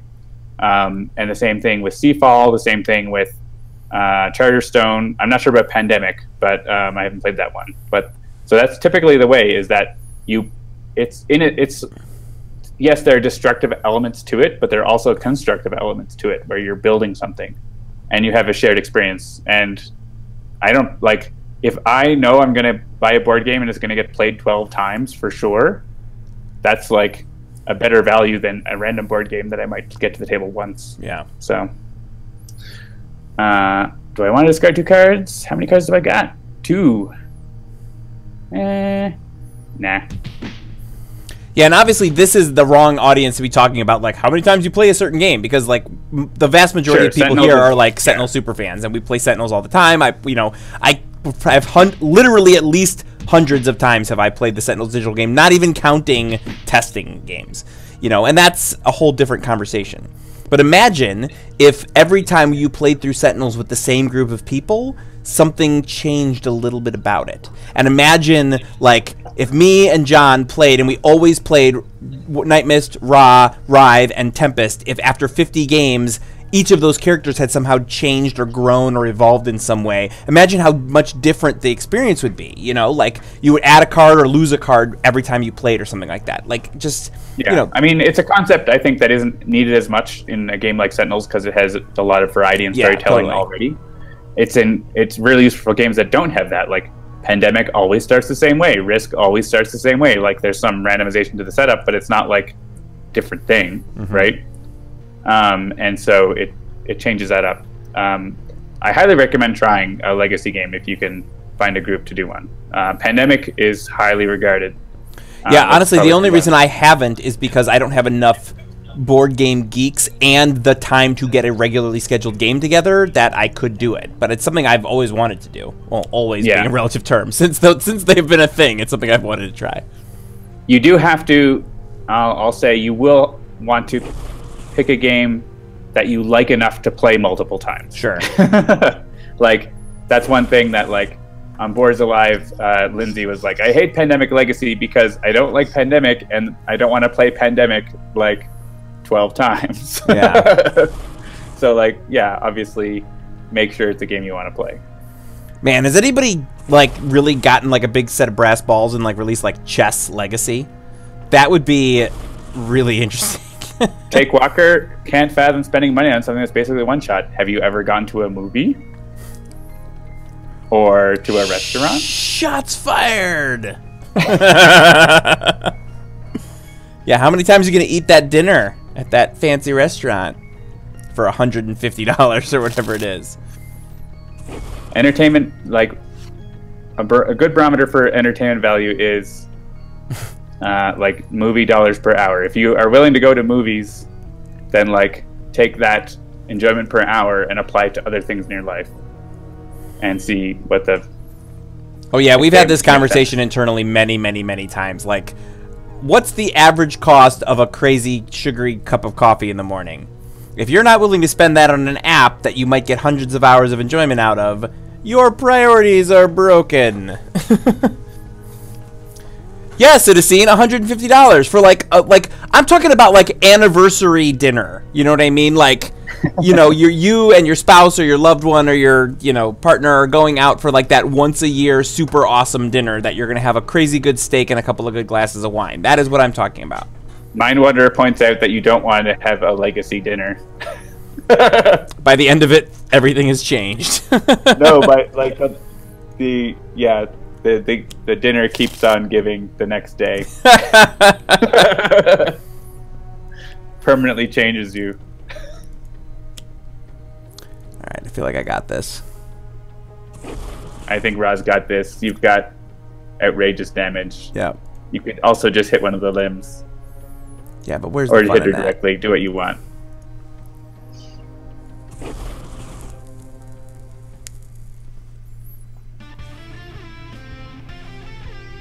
There it is. Takewalker for a movie is $6, and that's about like $3 an hour.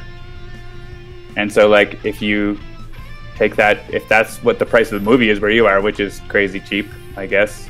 It's not where it is wherever I've been. Apply that to other things and see if it works out. All right, we won a game. We did! All right, am I making a new room so you can join from Steam? Yeah. All right. Well, let me see. I will go to my Steam and see if my Steam will Steam. Legacy, Legacy, and Legacy playing a Legacy game. Exactly. Oh, right. Wait. Oh, shoot. Not connected. Don't do that.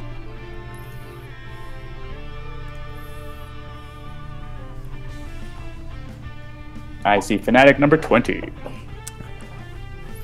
Lou Dolphin says, the only way I would have a $150 dinner is if someone were to treat me to one, at which point I would request the $150 directly. All right, I guess my my bourgeois is showing in that, like, I occasionally have $150 dinners because I think they're delicious. It's a rare occasion. It's not an everyday thing. Exactly. All right, I'm gonna. And inflation is also a real thing.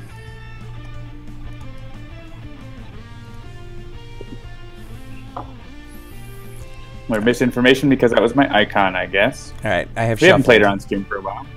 Oh my goodness, Ruins of Atlantis. I might veto that.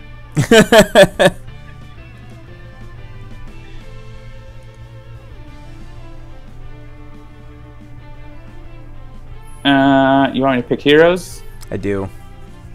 Are we playing in runes? Then I'm going to ask, if that's the case, I'm going to ask the chat to give me 2 heroes. Hey chat, the first 2 hero names that come up is... Oh yeah, that's right. Lou Dolphin points out that's a weekly one-shot, like number 3. Oh wow. It's like Rescue Under the Sea or something, right? Guise and Haka. Oh man. Akash', yeah.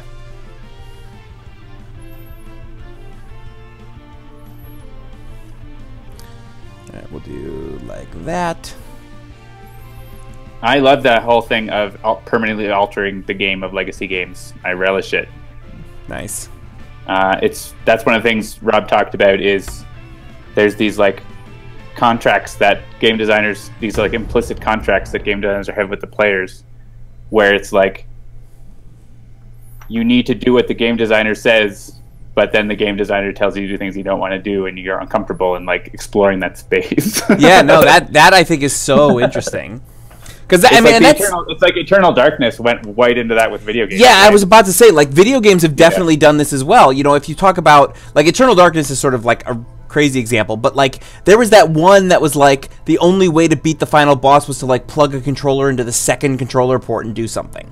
Right, or like, reset your game. There's one where you have to press reset on your Sega or whatever. Yeah, and those really that's like implicitly breaking the contract that everybody sort of understands, and that's just an interesting space to play in. All right, Unity opens with a brainstorm, a couple of Raptor bots, and a supply crate. Guise has got a couple of Guise the Barbarians. I can do that too. Look what I found. Omnitron-X has got Electro Deployment Unit, Gaussian Coil Blaster, Rocket Punch, and Technological Advancement. And Haka has got an Elbow Smash, a Haka Battle, Punch the Weak, and Taieha.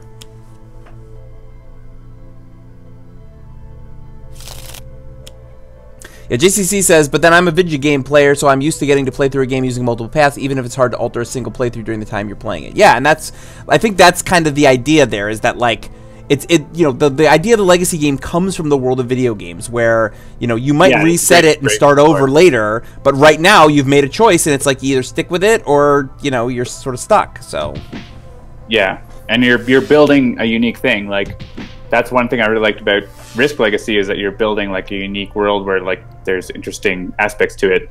And in Seafall, it got a lot of flack, partly because like people expected it to be like a really like meaty game where you can try to win and be really effective, but it's actually more of a real storytelling thing than that. And that's what I loved about Seafall, was the storytelling nature, where like you're exploring and finding out things. And like, I mean, my favorite moment that is like a spoiler alert is that like I explored a place and basically like a Balrog attacked me. It was like, what the hell? Nice. And everyone it was just like an amazing moment that everyone was like, this is crazy. All right, to get her to flip, we have to have how many in play? Why don't you right-click her and have a look? I'm looking. 3. Okay. Yeah, and we want to get rid of diversions, right? Yeah, I mean, they're bad, so sure. And we want to try to get her to play clues, if we can. Right. Good. This Concealed Betrayal is going to destroy 1 ongoing or equipment card. And yeah, she does destroy more things the more diversions there are, so...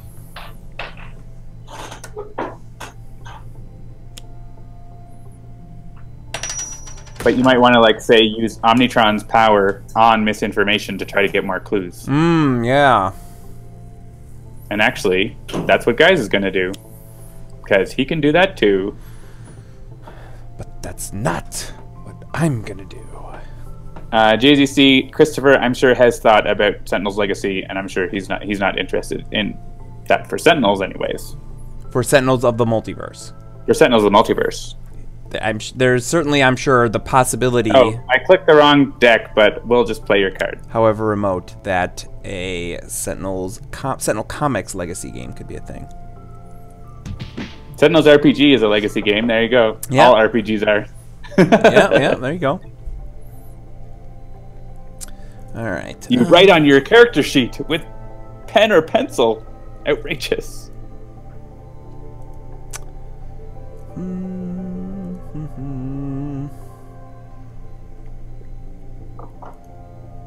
We have talked. Christopher has joked a lot about like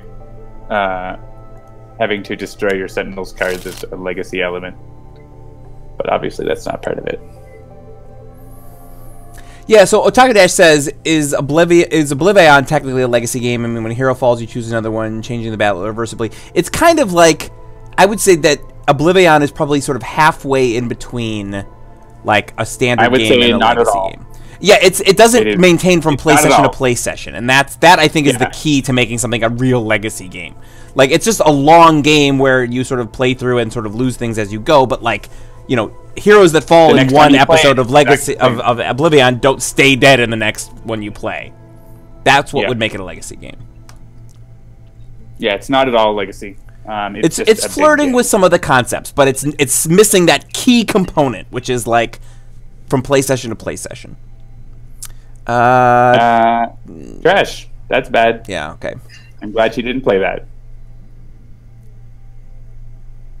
Christopher and Adam would be okay with the legacy game with the first edition of Sentinels where you just destroyed the whole thing. And they don't sell you a reset pack ever. Yeah. I'm going to go with Punish the Weak because misinformation often has us hit ourselves, and that'll make Haka hit ourselves less. Oh, yeah, so Deadlock PM says it's actually more of a roguelike. Like, yeah, I would say that it's got roguelike elements because there's some... it's not purely roguelike, but it's definitely got some ideas where it's like as you lose these things, it changes sort of how you're going to play in the future. It doesn't have a lot of randomizing, which is, I think, sort of that quote-unquote procedural generation. That, to me, feels very core to the idea of a roguelike. Yeah, and as much as any game of Sentinels is a roguelike, which I wouldn't agree with. Yeah. I don't... Like, Oblivion doesn't change Sentinels. Like, it's still just basically playing 2 games of Sentinels at the same time. Like, that's basically what it is.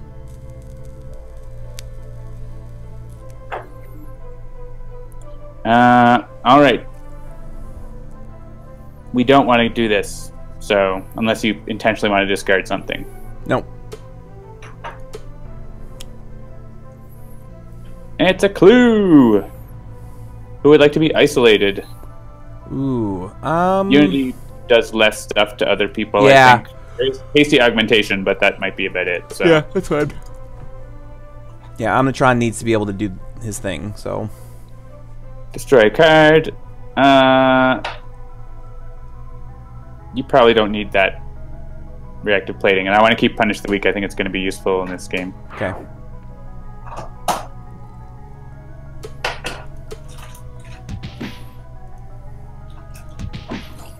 I want to destroy another card. Well, then that can be Punish the Weak, unless you... Yeah, you probably want your supply crate to go. Yeah.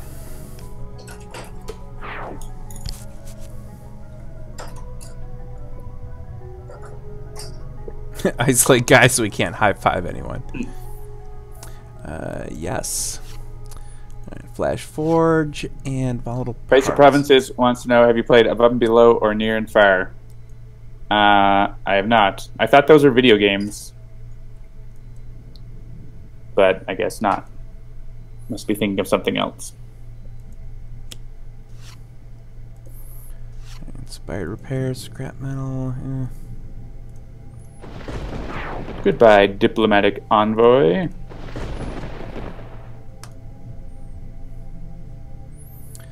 Yeah, and I think... So, I'm gonna your things are just going to go after the environment here now. Yeah, I'm just going to... I don't need to take... Try to get an alternate means.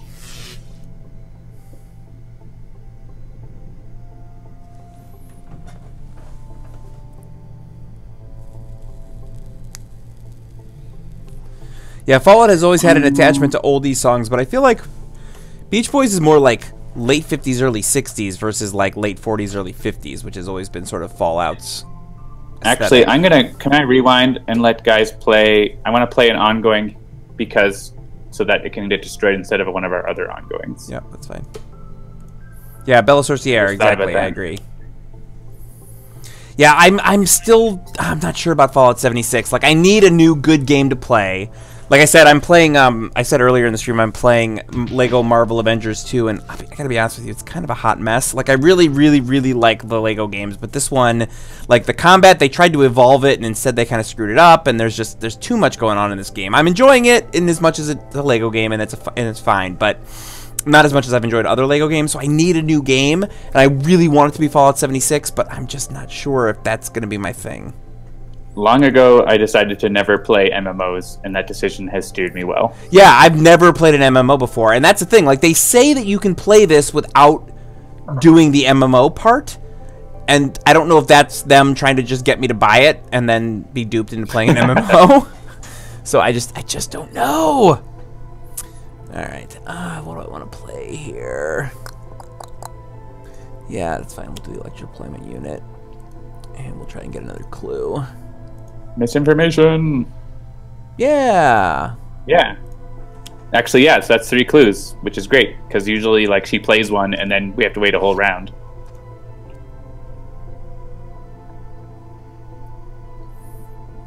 All right, Haka. Let's get... Actually, I'm going to play... Oh, Enduring Intercession would hurt Haka quite a bit right now. So... I'm not going to do that. I'll just play Taiha and skip. Well, I can hit the mystical defenses. Yeah, like, I super dug Fallout 3 and New Vegas and 4. And, like, if I could actually play Fallout 76 solo and do relatively well, I would be all about it. But I feel like the jury's still out on whether that is a real thing.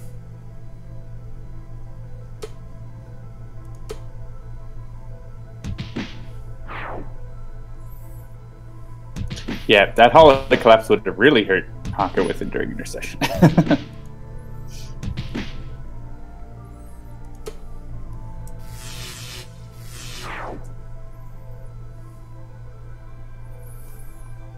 Flippy flip. Yeah, see, I never played any of the pre-Bethesda Fallout games, and obviously I've also played, like, Oblivion and Skyrim and stuff like that, so... All right, I think we can get rid of Concealed Betrayal on our own, so let's get rid of Insert of Knowledge first. Which also is going to bring back that diversion, which is still good. Deal self-damage. Oh, Guise the Barbarian hurts there. Didn't think about that. I guess I didn't think we were going to have a clue. So we can discard 4 cards among us to destroy this, which I think we should. Unity has 1,000,000 cards. So I volunteer Unity to discard at least 2. Yeah, yeah, I don't need this.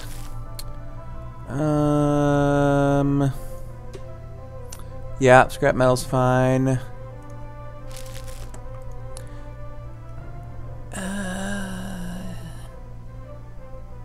Yeah, I feel like I'm probably not. I mean, somebody else might use Flash Forge, but I'm not going to use Flash Forge. All right, I'm sure someone else can discard 1 card. All right, is that all we needed? Was 3 and then 1? We need 1 more, but I'm sure someone else could if you don't want to. Like, probably Omnitron-X. Yeah, that's fine. Yeah, I'm not gonna play self-sabotage anytime soon.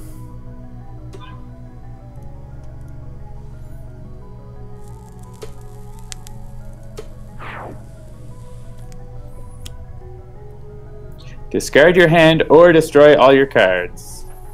Well, I guess we should have picked Unity.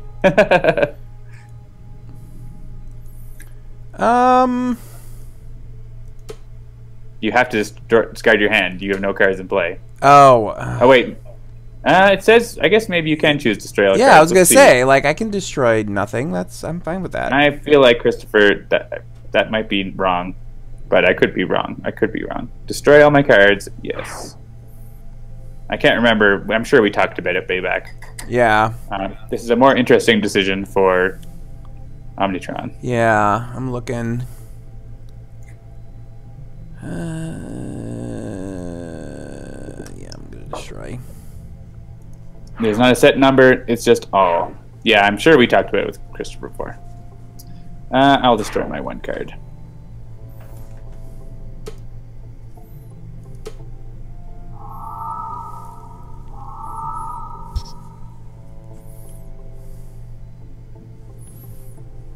So actually, when I was at GDEX this year, I looked at like a streamer chair, which was like obscenely expensive. It was like $350, some complete nonsense. But it was like I sat in it and it was super comfortable. And it, like sitting here as I am now, like they were like, you know, we can embroider your logo on like the back of the thing and all this. And I kept the flyer for it, but I don't know. I'm sure it's also targeted streamers who stream for like 8 hours every day. Yeah, exactly. Right? Well, Like, this chair is us. kind of falling apart. I don't know if anybody can see, but like, this is the same chair I've been sitting in for. It's falling apart in our Kickstarter videos, and you won't replace it. Yeah, well, I'm not going to replace it for $350. I mean, it's got to be an upgrade if I'm going to replace it. We're going to have a Kickstarter to replace your chair, and the video is just going to be like zooming right into it. All right, I am skipping here. I'm sure there's other options I could take, but oh, there we go. I got a supply crate. She does react to damage too, with 2 psychic damage the first time each turn.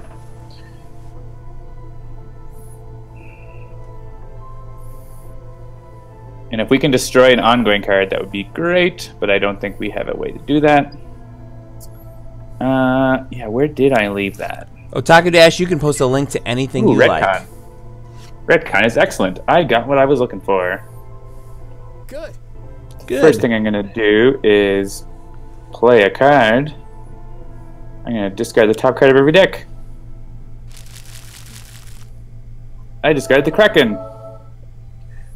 Let's retcon that isolated hero. And do I want to play another card? I'll draw a card, I think. Ooh, Gritty Reboot. Also good. And 1 damage for 2. Let's... Not yet. Next turn, maybe. I really want a combo of... Blatant Reference and Total Beefcake. That's what I want.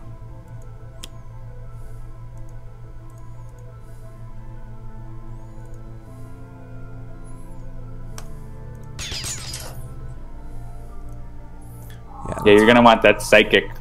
So you definitely hit her again, so that she won't hit you again the second time. Yeah. So. If you get the Psychic Plating, which you could have grabbed, she won't hit you. You'll soak the damage back. Right. I'll take out the Mystical Defenses, because otherwise it's going to hit us for 2. And we need to ration our hit points now. Hey, it's time for a Reddit link. There's only about 20 minutes before the end of the stream, probably, maybe. And we'll be doing some question answering. So check that out, and I'm sure someone will post the link to the Aeon Z Kickstarter.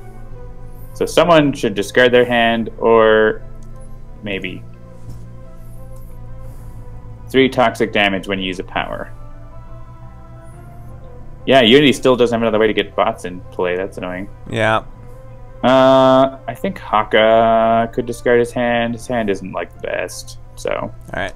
As much as well, let me see if we have a way to destroy an environment card. You have Bioengineering Beam, but we'd have to wait until Omnitron's turn. Yeah, so at least 2 powers. Yeah, no. Thank you, Brian the Wolf Hunt. Brian the Wolf Hunt, you did it. Thank you. How's the Kickstarter doing? Have a look. Yeah, it's still probably at, like 21.5, 21,580, which is not bad because it was at like 19. Oh, whoa, never mind. It went way up. 21,625. Yeah, it was at like 19 something at the beginning. No, was it over? It was over 20 at the beginning of the day. It was like 20 and like a couple hundred. Yeah, so it got to 20 like on Saturday or Sunday. It's definitely been more than 1,000 today, I believe. 21,625. Almost 1,000 backers too. So yes, that is the next milestone that I'm very excited for. This means war.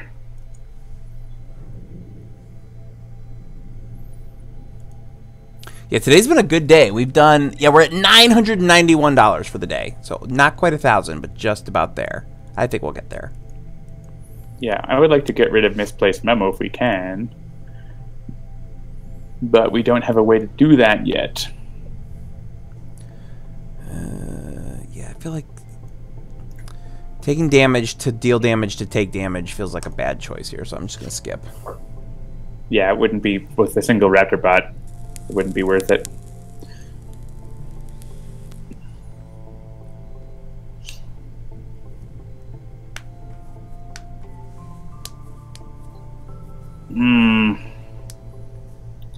Yeah, so Misplaced Memo is going to make us each hero target deal itself 2 psychic damage, and we don't have any way to get rid of it unless we get lucky with Omnitron-X.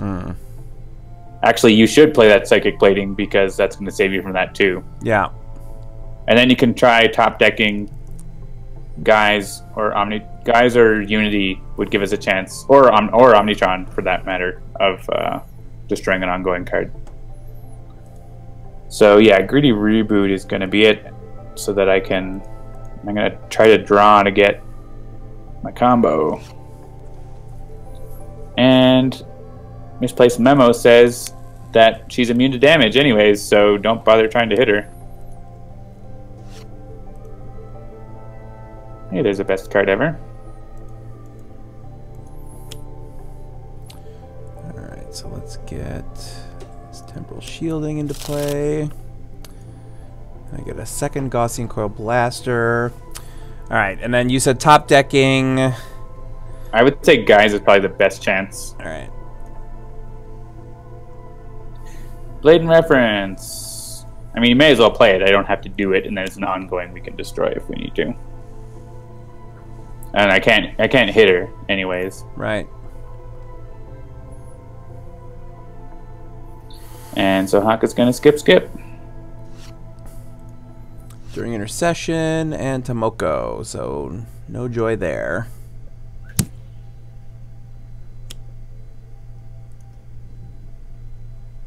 Increase all damage dealt by 1. That's gonna hurt.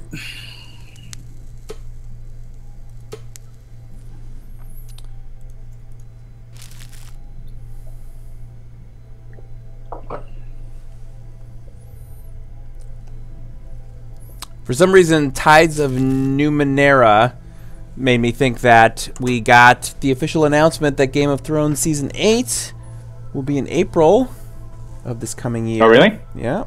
April. That's earlier than I expected. That's kind of what I was thinking. I figured it would be April or May, so...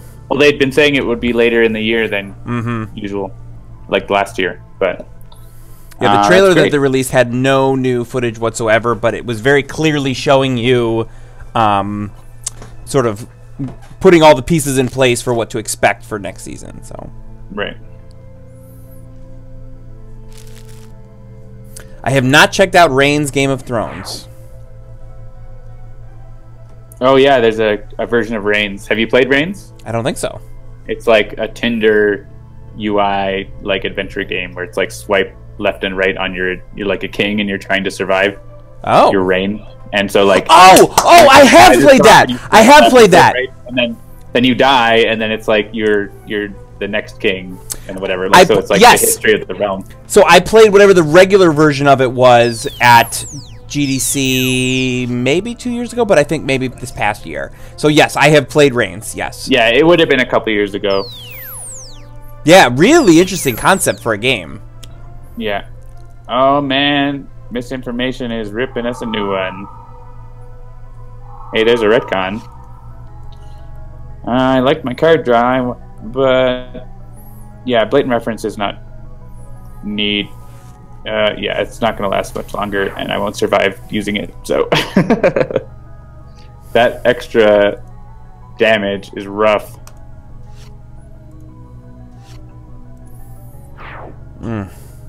So honestly, your inspired repairs are what you need to try to get a thing. Yeah. Even though you're not going to get the hit healing. Hey, that's something. You could also try another hasty augmentation. You mean inspired repair? All right, yeah. Oh, and that's, yeah. Yeah. All right, so... Yeah, I mean, I'm assuming I should hastily augment somebody here with the hopes of... Yeah, on Guise would be good. Because I deal damage, but also I can play like a bunch of good stuff, so... Like best card ever in retcon.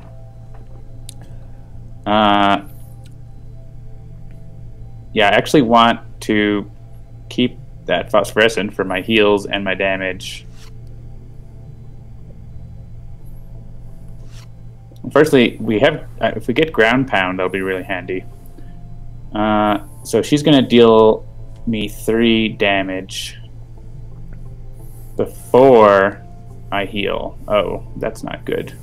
Ooh, Cultist Simulator. Yeah, that's a game that, like, I know that it's awesome, but I can't figure it out. But I keep wanting to try and figure it out. It's so weird. Yeah, I actually need to rewind. Sorry, because I'll die if I do it this way. I need to do it in a different order. So you can still do the same things, I think, so we don't cheat. All right, yeah, that's fine.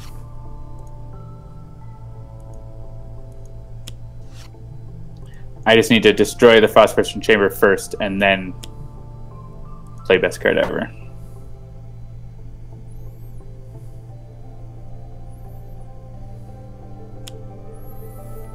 Yeah, so Cultist Simulator, so this goes back to something we were talking about way earlier when we were talking about legacy games. One of the things about Cultist Simulator was they explicitly said, we are not building a tutorial into this game. And because it would defeat the entire purpose of the game. You know, the game is figuring out how that game works. And I think that, you know, I agree with them that, like, having a tutorial in it that's like, well, first you do this and then you do this would be completely counter to what that game is trying to evoke.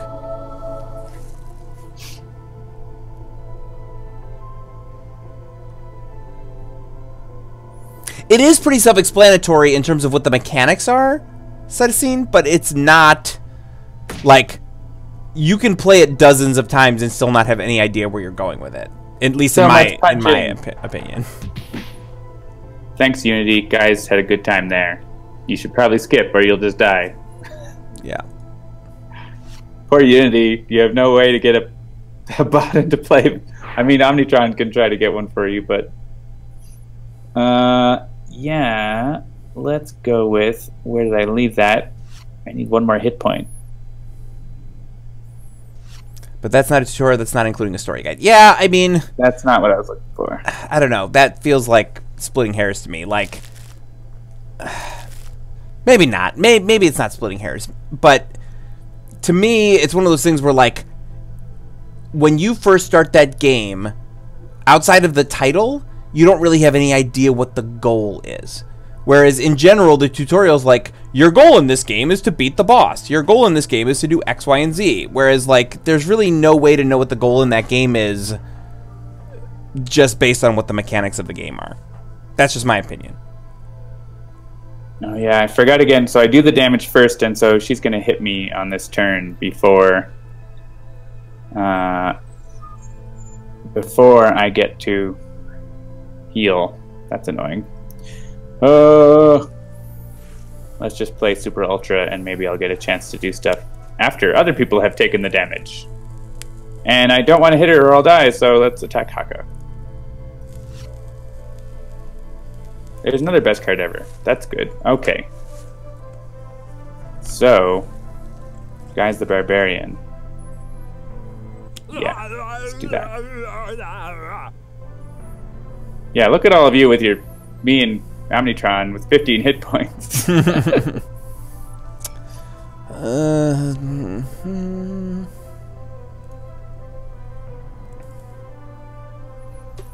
Yeah, I figured it was gonna be one of those. That's fine. We'll do that, and then we'll do this. Yeah, do the damage, and then Guise will be able to do a big punch at the end of the turn.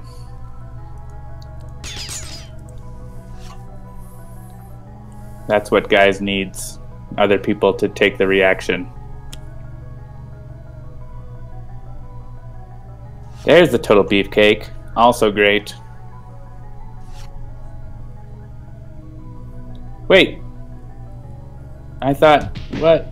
I didn't know it was per target. Avenge me! Let's rewind. I forgot it was per... Is it per target? That's really annoying. Yeah, it is. First time a target. Christopher! Christopher, how could you do this to us? So I need to get a hit point first. But I don't have one. I could use best card ever and punch someone else and then get the hit point and then play the other best card ever. Which is what I'm gonna do. I'm gonna punch Haka.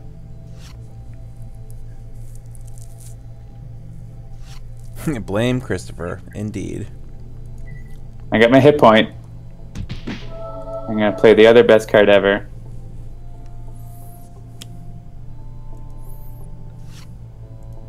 Actually, what I should do is play Total Beefcake first. Hang on, let's rewind again.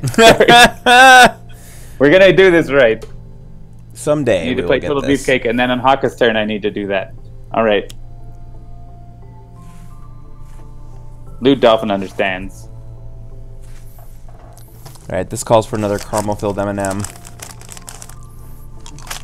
Actually, what I'm going to do is play gimmicky character that I just drew because I might get more hit points. Up to 3. No, just 1. And Total Beefcake, and then next turn it's going to be best card ever again.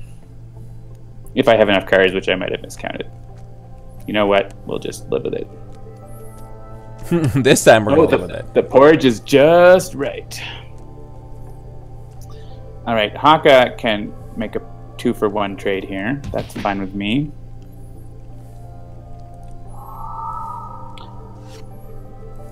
And now Guise is going to go to work again.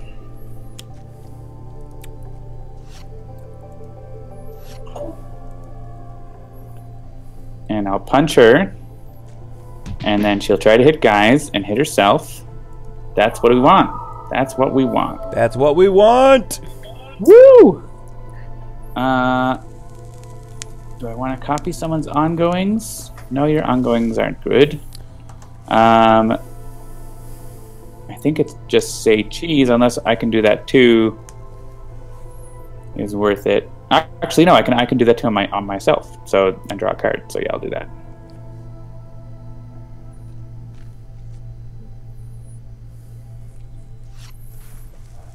Oh, a retcon. That's handy.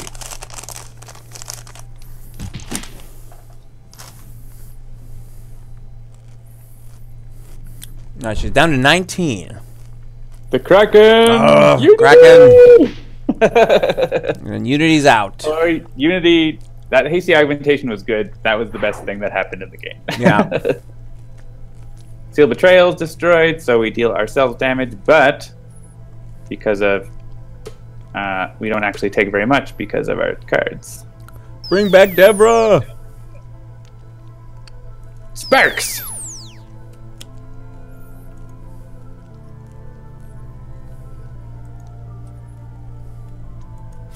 Maybe we can get the Kraken to kill her. That would be good. That would be nice.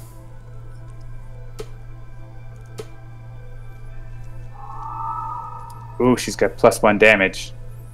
This means war. Alright, so you got draw a card, play a card, destroy a device.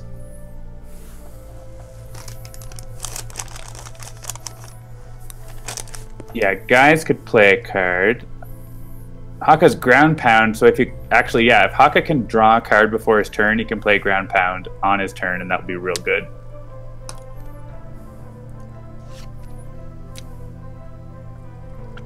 And then Guise can play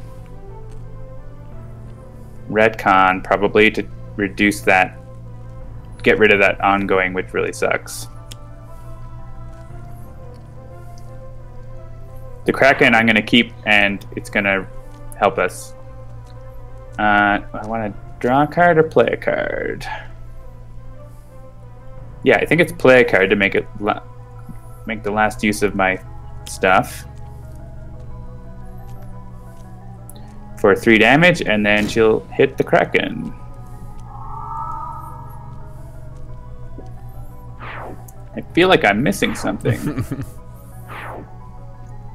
Alright, it's going to be total beefcake again to draw the attention of the Kraken, who loves Sexy Beast. And draw a card, play a card. I could play Blatant Reference, but I'm not going to be doing a lot of damage. But if we can get the redirection game going, I think it's worth it. And damage to Misinformation. No damage to Guise.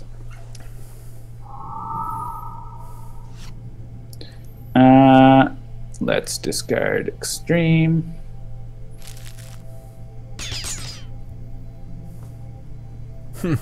Dwarf Fortress with a decent UI. Arg Heresy.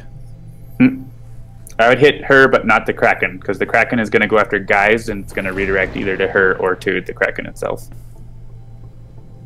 So the Kraken's our friend. Got it. At the moment.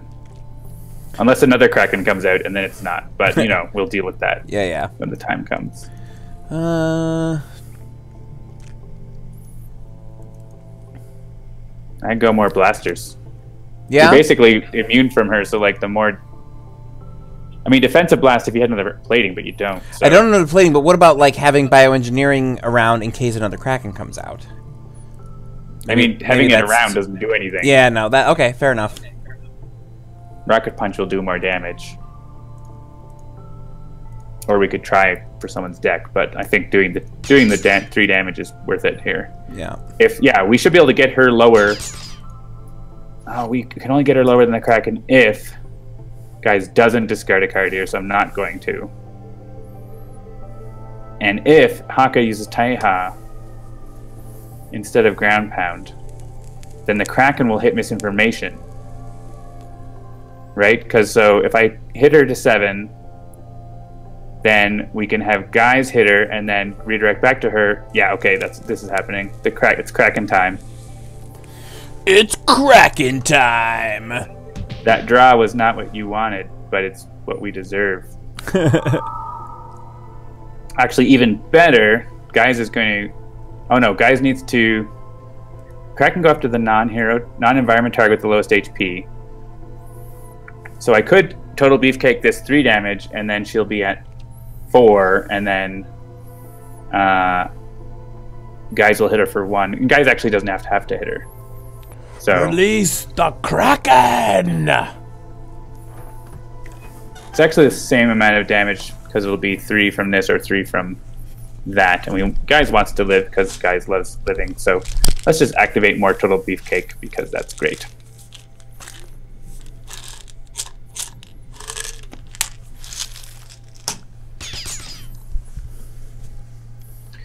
Oh, stop hitting yourself. And we have a Toxic Seaweed, but first, the Kraken tries to go after Guise's beautiful face, but it can't resist going after Misinformation instead. Oh, yeah. Misinformation. Alright, I'm going to post this Reddit link in for your last chance to ask your questions about Cosmic Inventor Writhe. If you ask a question right now, you probably aren't going to get upvoted enough in the next minute. But you can try doing some upvotes and get your favorite question to the top. And if I'll post another link, which is a link to our Kickstarter. Go check it out for Aeon's End. Yeah. So I'm gonna get everything ready here. I don't know if we have any other business. I don't think we do. We did all the Rise of the Void Guards are all done, and you're answering questions about them. So that's a thing. Let me pull up the official unlock condition on my secret screen. All right, folks. So I think that is going to do it for another episode of Sentinels Live. Handelabra Live. Update the script, Jeremy. Handelabra typing. Live. Sentinels of the Multiverse is the only cooperative comic book card game that you should be playing. One Deck Dungeon is the only roguelike board game based on a video game that has now become a video game that you should be playing. And Aeon's End is the only cool, awesome deck builder with randomized turn order and no shuffling that you should be backing on Kickstarter. So go check those things out, all of them. Thank you for joining us. We do this pretty much every Tuesday night at around 7 p.m. Eastern. If you enjoy the show, please like, share, follow, and subscribe. All of our games are available on iOS, Android, and Steam, and always in good old analog cardboard and ink. And you can find out more info at handelabra.com. There was something else I was going to say here. Thanks for joining us. While you're thinking of that, I will answer the questions. Answer your questions. All right, I'm reloading the page, and it is time. All right, the top question with 12 points from Chachungi. Does the unlock condition contain a value that is a function of H? The answer is... Oh wait, this wasn't the top question. Well, I'll answer it first. Then I'll answer the next top question. With -8 points from Sanvar. Does the unlock condition contain the word unlock? Funnily enough, the answer is no.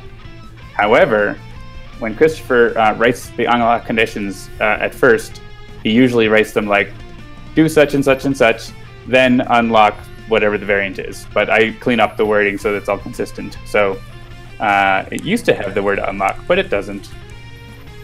All right, back to the real top questions.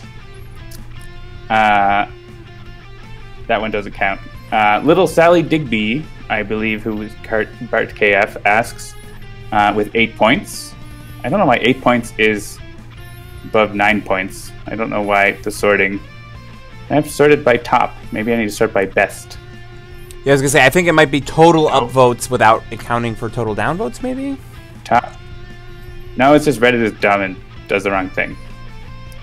Well, anyways, it's still above other things. So, does the unlock condition contain the phrase, the Shadow Cloak? The answer to that is no. Dun, dun, dun. Takewalker has a question. Is Sally Digby really Bart KF? I don't know for sure, but I think the answer is yes. Chachungi, I am answering the questions in the Reddit thread as I talk. So, Little Sally Digby, 3rd ranked with 9 points, which is one higher than 8, but hey, Reddit, I don't know what you're doing. It's in the top 5. Does the unlock condition contain the word equipment?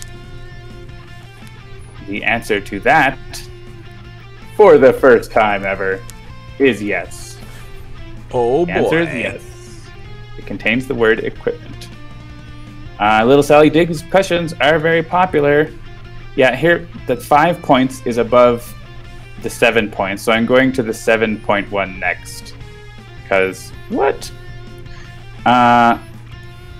From Chachungi, does the unlock condition contain any sequences of events that must occur in a particular order relative to one another? This is an incredibly vague question. I was going to say.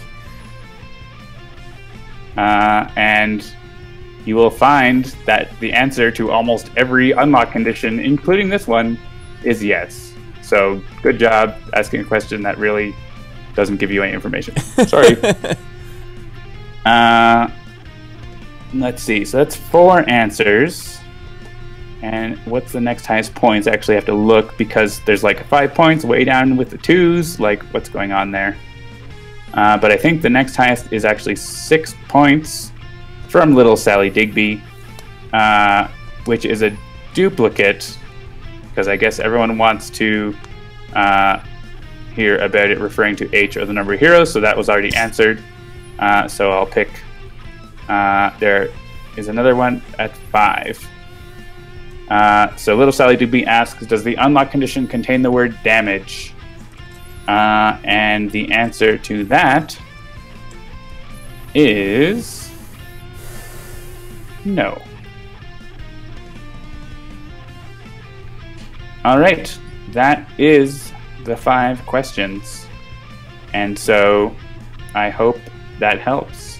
I feel like Stephen Colbert had a thing that was called 5 questions. Did he? I don't know. I'm just ripping off Ask Me Anything. Yeah. But instead, it's Ask Me 5 things. Maybe I'm going to turn off contest mode and remove it from the announcements now. So have a look at the thread and go forth and think about what you've done. All right, folks. So that is going to do it for this evening's show. Thank you, as always, for joining us. We love hanging out with you and chatting with you and playing games with you. Check out anzendigital.com. I'm Jeremy. I'm John. We'll see you tomorrow at 1 Eastern for the dev stream. Yes, probably that's the right. thing you were going to talk about. That was the thing I was going to talk about. Thank you, John. 1 right p.m. here at twitch.tv /Handelabra Games. We're going to do a live dev stream tomorrow at 1 p.m. Eastern. And then Thursday, we're right back in to Dolphins Dive. All right, everybody. Thanks. Good night. We'll see you. Good night. Bye.